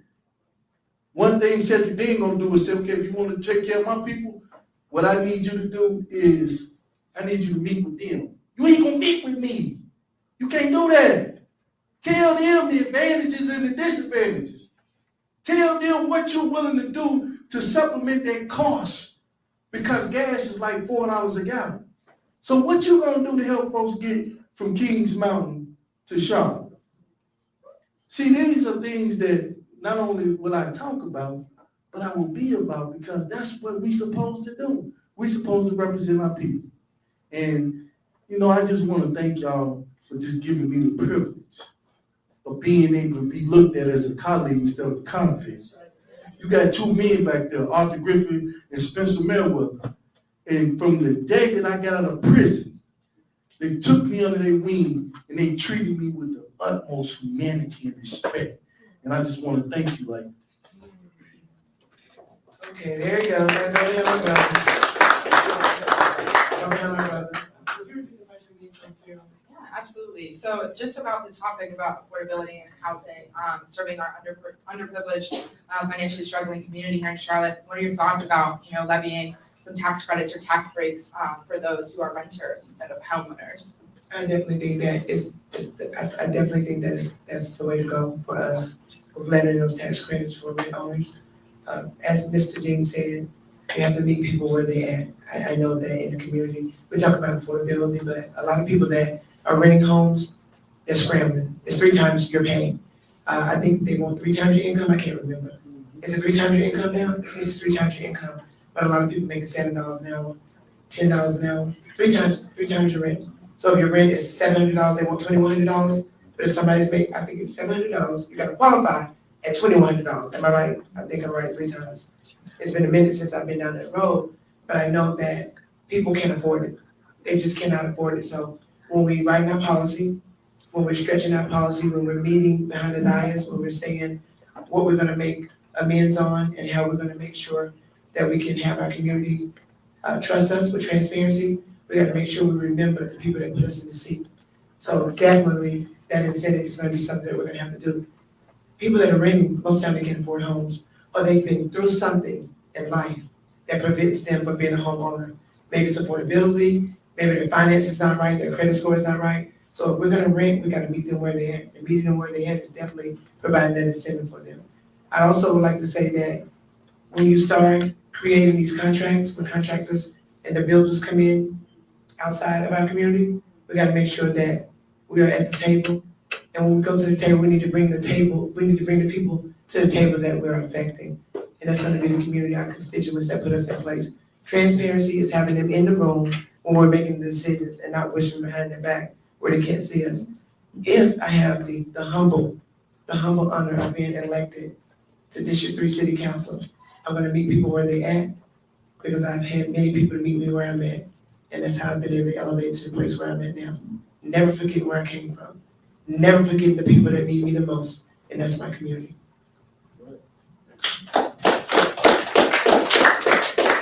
So just a point of clarity, you talked about a renter's credit, that's gonna have to come from income tax. The local government does not levy income taxes on people, that's with the state and of course the federal government. So just as a point of clarity, I wanna make sure that we're clear about that. That said, though it's outside of the scope of council, I do think that that is a great tool that we could potentially use, because as you said, right now, we pay property tax, right? And so property owners can get tax credits, and businesses that have capital investments, capital investments on property and land here are able to get tax incentives.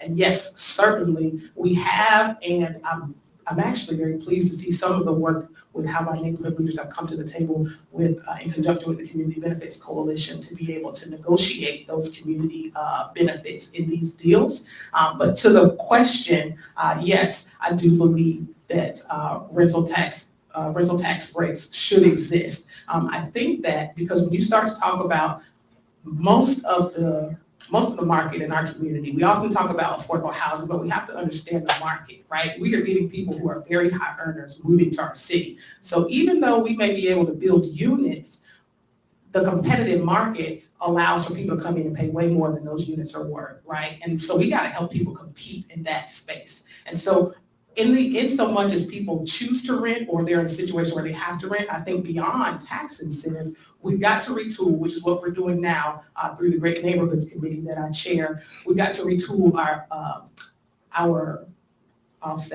programs that allow people to convert from renters to homeowners. For example, down payment assistance. Right now, the cap on down payment assistance is $17,000. How many of y'all know that $17,000 in the all cash market is not gonna get you anywhere, right? So that's an example of a program that we have, but we've got to improve it. We have tax incentives and tax abatement programs for our seniors who want to stay in their homes in areas that are rapidly gentrifying. Beyond our seniors, there are plenty of people who maybe they don't meet the age requirement, and even some of our seniors who have Social Security and perhaps a pension, they are already making too much money to access those programs. So we've got dollars in the budget that are underutilized because we haven't tailored those dollars and those programs and that criteria to the people who need them. So we've got a lot of work to do as it relates to that. So I look forward to that work. I invite you all to be a part of that work. As I said, we are doing it right now in the Great Neighborhoods Committee. Thank you. Yeah, I'll think about it. Yeah, thank you for clarifying the question, because I was thinking that's where you were going with that, which was basically homeowners get, renters basically get a sort of a tax break, as do, folks that are homeowners and are in mortgages. And again, as mentioned, not part of the purview of the city council, but that tax relief would basically go a long way towards relieving people's budgets. And then they would be able to save more money to ultimately, buy a home. I think my tack actually on housing and affordability is also, it's twofold. One, you have to do something about housing, but the other thing you have to also do something is about wages and jobs and skill sets. And it's not, and so you got to really build upskill folks. So you've got a lot of folks, you've got a lot of companies that they actually have training programs, apprenticeship programs, and things of that nature that can be used to, and short course, really short hit kinds of things where people after 6 months can learn how to code and then, or to learn a new skill. And with that skill, make more money, improve their wage from $20 to $20 an hour, $30 an hour, $60 an hour, and such. So there's sort of a two-pronged approach. That if you're renting, yes, you should get a tax break for renting. Again, that will have some impact on the budget in terms of revenue, but it's worthwhile to pursue. Similar things that happened in the past that were got rid of were things such as you used to get on your credit card, right? You used to get the interest on your credit card used to be a tax deduction, right? They got rid of that. right? They'll use some other things called income averaging, right? Which is like you make a lot of money one year and you make no money the next year, and those were taken away. All while tax cuts were given to other people.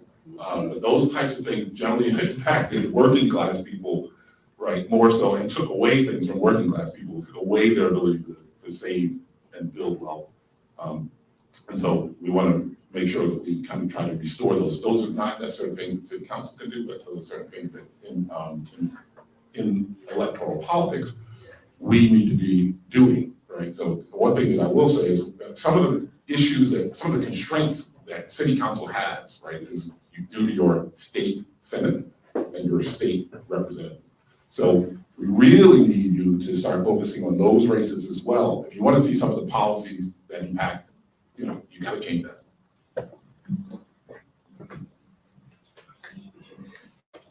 I would say yes and yes, but as my friend here, colleague here just stated, it's going to take voting at the state level and the federal level to change the policy. I think that what we're dealing with as affordable housing is wraparound service and rental, the rents. How can we help? I think that we're doing a massive, and I believe in strong economic development, I do. But how do we incentivize? And actually, someone spoke, I think in a couple of other the panelists that were up here pertaining to source of income discrimination. We've really got to hold people accountable, particularly if they're using city money to help aid them in the building in our great city. There's got to be equity in this process of what we're doing when we're using taxpayers' money. Even the $7.25 an hour person's tax goes to our city. So number one. Number three, I would say, is how do we continue? I think the city is going at this thing, but it's challenging and it's complex. And it's about living wages as well. How do we help increase the economy that's coming in? And the last thing I will say is this. When I was in high school, there was trade. There was engineering, there was electricity, there was carpentry. And when people graduated, because everyone is not set for college, and it's okay.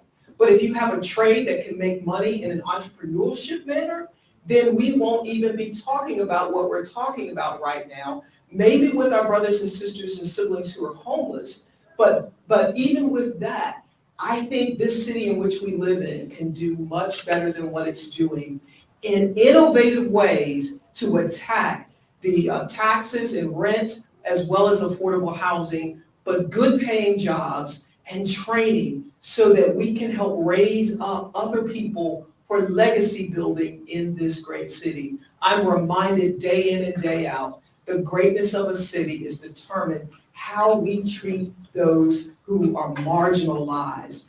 And it's not sustainable if we got something and they don't have anything, and that's their problem.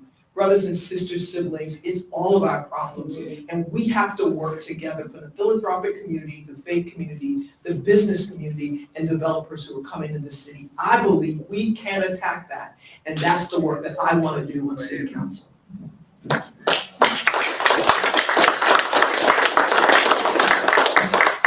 Ooh, so good. I can't say that this was my favorite panel because I can't say that. So I didn't. Didn't hear it. I mean, I can live color. So thank you. Thank you so much. We look forward to being able to learn more about you. Thank you for coming this evening. We are at the Boys to Men end of the road.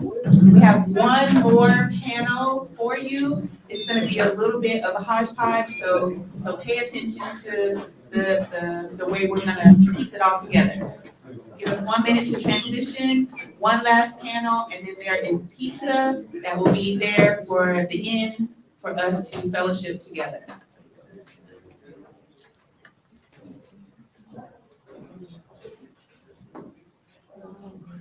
All right, so all the candidates who have not been up, come on down. So we have Spencer Merriweather for DA, and then we have Arthur Griffin for County Commission at Large, and then we have Willis John Jr., did I say that correctly, for mayor. So we are going to go ahead and close out with this last round. I mean, if you want to try to send her your picture, you can do that. So, respect and props to Rabbi Judy for making a quick little change so that we can get everyone in here and make it easy. All right, so I just want to lift up and acknowledge one thing. We did not initially have our last mayoral candidate as part of tonight's forum. He is an independent candidate who is still also acquiring signatures to get onto the ballot. So that's just something to be aware of and to lift up and to acknowledge. But he's here now. So we will go ahead with the first question for everyone. Please share your lived experience, first-person narrative of being a person of color in the electoral space. And we will start with D.A. Merriweather. Again, I am Spencer Merriweather, and I have the privilege of being your elected district attorney, and I'm seeking another term as your district attorney. And when I think about my lived experience in the electoral space as particularly a Black candidate and Black elected official, I think about how it is that I'm motivated to do the work that I do. In my experience, I was born and raised in Mobile, Alabama. My parents were both educators. And you can take from that sort of a snapshot of what my experience was, but you wouldn't know that my grandmother on my mother's side didn't go to school beyond 6th grade. You wouldn't have known that my great-grandmother, who I had the privilege of living with, saw an attempt at a burnt cross outside of her house, even as late as the 1960s. You wouldn't have known that my parents actually met teaching in a segregated school. You wouldn't have known that on my father's side, that he was the first person in his family to attend a 4-year institution. But before he did that, he had to attend wasn't even community college, but it was a two-year institution called The Branch, a big institution in Montgomery, Alabama, Alabama State University. I go through those examples to say that there is a lot of dimension to my own background. I also offer that to tell you that the African American experience, at least as I understand it, is that there is, for all of the diversity within that experience that's been discussed previously in the number of responses that you heard thus far, there's a lot of division. You're not that far removed from poverty. You're not that far removed from houselessness. You're not that far removed from people who have had terrible interactions with our justice system. And that's something that I carry into my work. And it motivates me about the level of access, the level of empowerment that I try to make sure that I give every single person as I interact with them in my work. So I hope that answers that question in full.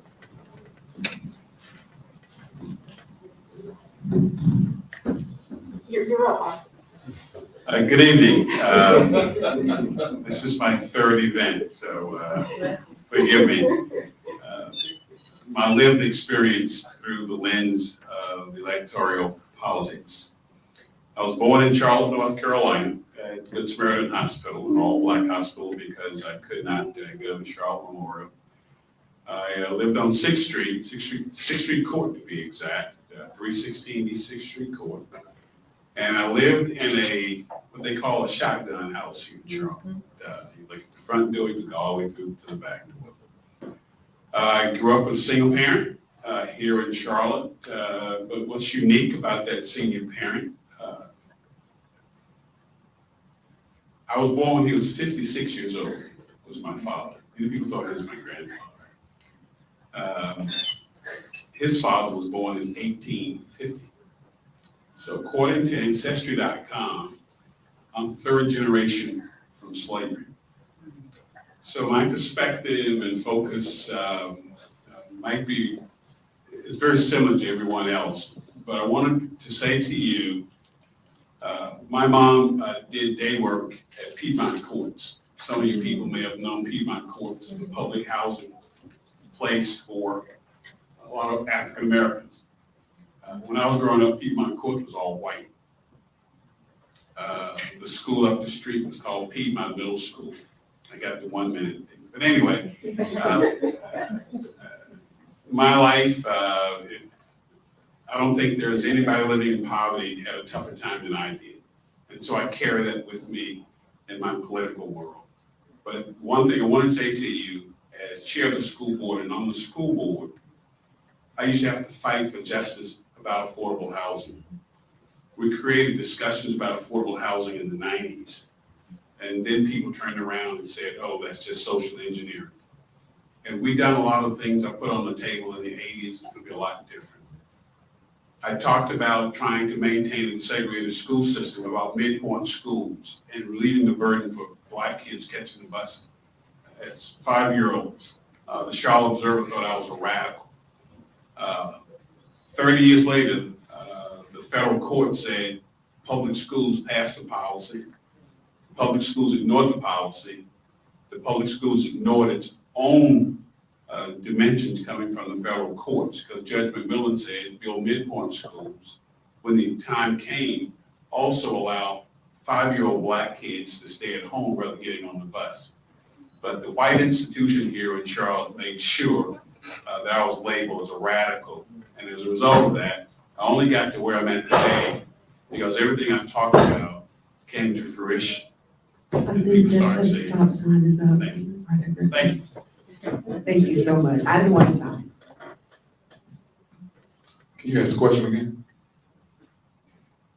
Oh, so that question actually came from me. And so that one is, please share your lived experience, first person narrative of being a person of color in the electoral space.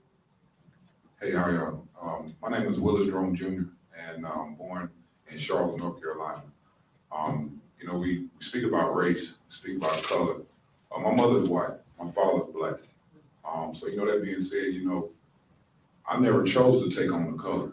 I took on my creator God. So, you know, that being said, I'm in a funny situation now that I'm running for office. And because I chose not to be a Republican, red, Democrat, blue, I have to now, you know, go at it in a different position and ask for your signatures for a petition for the same city that I'm born and raised in. The same city that, you know, I love my city. I love to see how our city grows. And, you know, I had an opportunity to own a barber beauty salon here. And for over 20 years, to actually be able to touch our community, see our community for any color, any race. We all the same. You know, so what I want to do, I want to encourage that we unite and become one. And, you know, really work on our issues and grow together. Again, you know, like I heard, you know, some others before, I'm not a politician. You know, I'm just simply just like everybody else. I just want to see a better change for all of us. I have a voice. Y'all have a voice. We have a voice. I have an ear. Y'all have an ear. We have an ear. And, you know, that's just the way I look at life. And, you know, again, you know, speaking of race, I mean, you can look on my driver's license. I don't put a color on my driver's license. Doesn't make sense. We still in 2022 speaking about race. Come on. Y'all know we passed that. But if I say that, no, we're not. Well, when are we going to be past?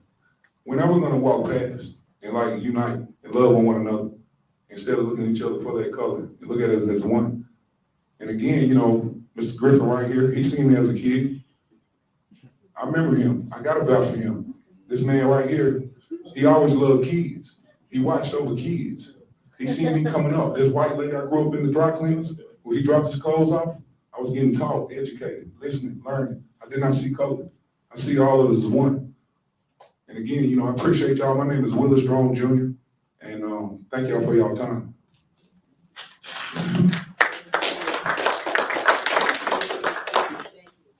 So, yes, Mr. Griffin can also vouch for me. That's right. Sitting in my kitchen talking to my mama and my grandma. All righty. So we will kick it over to Sophie for our questions for the panel. Thank you guys so much for sharing. So the question from the audience that was pre-submitted, how do you measure your success as a candidate? And kind of going off of that, how will you know, like, how will you know that when your fruits of your labor have been achieved, you know, with your agenda and what you seek to accomplish here in our city? You know, what will life look like for you?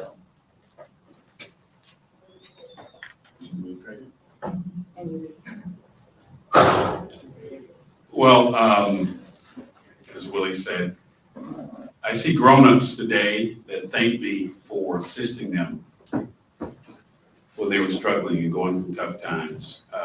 We worked in Fairview homes trying to keep kids who were convicted of violations to reduce their jail time or to try to eliminate any jail time. When I see them and their families today, that's the thanks that I get. When I see E.E. Waddell High School and Philip O'Berry High School that I fought for to have built in predominantly African-American communities. The only high schools built since 1953 was Charlotte High School, where it's located today, was built in 1953. No other high school has ever been built in Mecklenburg County since that, other than E.E. Waddell and Philip O'Berry in an African-American community. So those are the kinds of things I get from the community, but more so just to see some of the successes. But also, I'm sad because I read about the fact that they're the tale of two cities or the tale of two counties. I know Charlotte can do better because look at me. Look at where I came from. People are surprised when I tell them that Piedmont Courts was all white. We've come a long way. Lord knows we have a long way to go. I am confident if we get the right policymakers working in collaboration with citizens like you guys and others in this town, we can make this a better place for all of our families to grow and grow healthy. Thank you.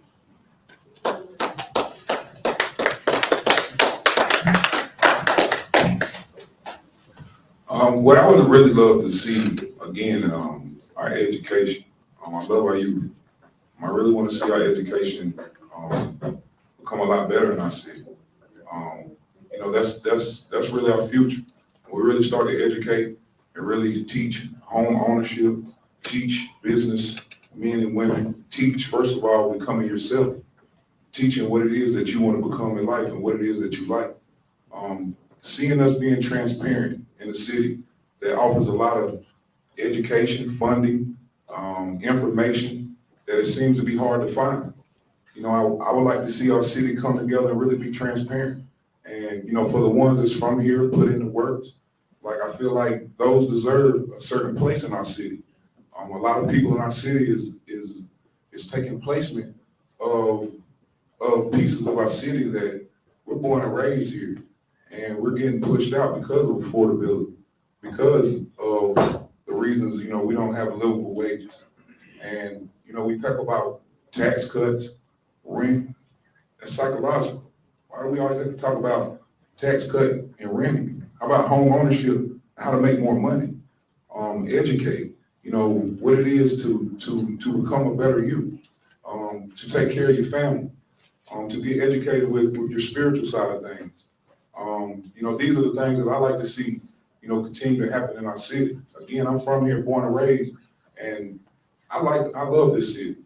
I really do. I have the opportunity to travel around the world, and I feel like we have a very clean city. I do a lot of programming with CMPD as well.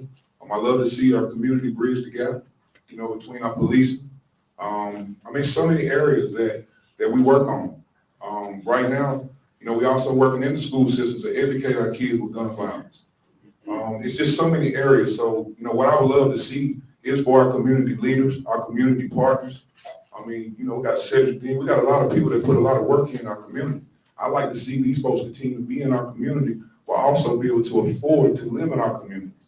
And, you know, again, you know, I love to see us continue to be united. And again, I thank y'all for your time. My name is Willis Drone Jr.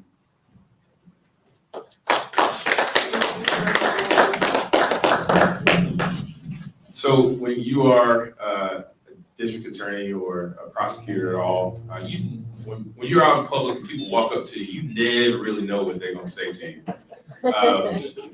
I will tell you, and Script made me think of it. I'm reminded of a rape case I tried, convicted, the defendant tried every which way to get out of accountability for that case. And literally, I was eating a sandwich in Noda about 2.5 years ago. Guy walks up to me and says, "You don't remember me, do you?" And in fact, I didn't. He reminded me who he was, and he said, "Listen, I just want to thank you. Almost 7 years ago, you tried me for a sexual offense case, and I did it, and you didn't know that my life was messed up. That helped me to sort of come correct. I've been able to start a business. I'm working with a number of good people and have good people in my life, and I know that couldn't have been possible if I hadn't had sort of that moment with you." He said, "Obviously, I wish you hadn't prosecuted me, but you did, and you were fair about it, and you treated me as if I was a human being." So having people walk away with a sense of faith that folks in the system are trying to do right, and having someone come back and give an account like that to you gives me a lot of faith and is motivating. It is my definition of at least some modicum of success. Now, here's the other thing. I've also had people who got out of it, who I heard the words, they heard the words not guilty. And they also came back to me and said, "Look, even though I wasn't convicted, going through that process with you and holding me accountable and being able to look over at you and see that you were really just trying to hold me to account, that helped me turn my life around." And so if we can bring this out of the system, we expect accountability. We expect to make sure that this justice system is working and it's something we can have confidence in. Whether or not there's a conviction, is it having the impact of changing behavior and giving people the opportunity to turn their life around? If it's doing that, that's a success. Thank you. So now that we finished the first 2 hours, we're going to transition to the last 2 hours. Oh, no. No, I really do wish we could actually continue this conversation because you all were wonderful. So we are about to close out, and I'm not going to release you just yet because we're just going to go ahead and do our quick closeout. So a couple of things for posterity, and if you would like to use any part of the footage, any part of your story that was told, it is captured on YouTube under Queen's Media Services. And for anyone that RSVP'd or anyone who would like the link, I mean, you can obviously search, but if you just want to email to be able to get the link, I think there's like a sign-up sheet or something available. We can make sure that we can email that directly. We'll send out to all candidates the link and as a follow-up, so just everyone can get that. And I would like to take this moment to thank all of the folks who worked with us to make this happen, to Queen's University, to Rabbi Judy, to Holly, who just out, to my womb friend Aisha Du, PEW, and my parentals. And by parentals, I mean my parents. I have my mom, my dad, and my godmama, who long before we got here this evening, right? You know, listen, when you bring your own crew with you, that's the NM. That's the NM. But I would like to thank all of you for this time that you've given in this way, for folks who did not want this space to happen. And for folks who did celebrate it, we thank you, we appreciate you, we appreciate the candidates for coming and being so transparent and vulnerable with us. We appreciate the folks who gave it a chance. We appreciate even the folks, again, who this was not a space that they understood. We hope that some understanding happened this evening, right? We think that that's part of the gap, part of the bridges that can be made possible, but you would also need to be open to get on the bridge with us, to hear from us directly, and to give us space to lift our voices in the way that we would like to lift them. And so in the Negro spiritual, I'm just kidding, I'm not gonna go into lift every voice, but I might later. Thank you so much. Aisha, Rabbi Judy will close us out, and then Aisha will have the final word. Okay. We thank Sophie, who represented Queens so well. And Sophomore, you had the courage to say, I will do it. I will stand up, and of course, amazing. To all of you, the Talmud says that words that come from the heart enter the heart. So every one of you, we are awed by your running for office, and our hearts were open when we heard your stories and your pain. So thank you. We hope that together we can bring about that healing that is so desperately needed. And this was Mahishka's idea last summer to say, let's do this, and we made it happen. So thank you for your amazing leadership. Well, there's nothing left to say except there's food outside.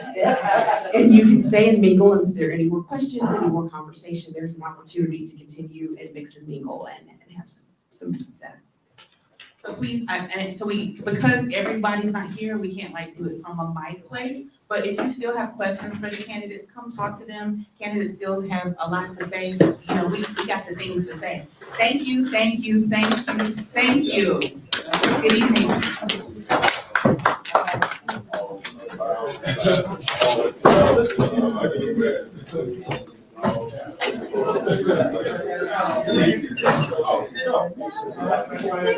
Thank you so much. Thank you, I wish the best.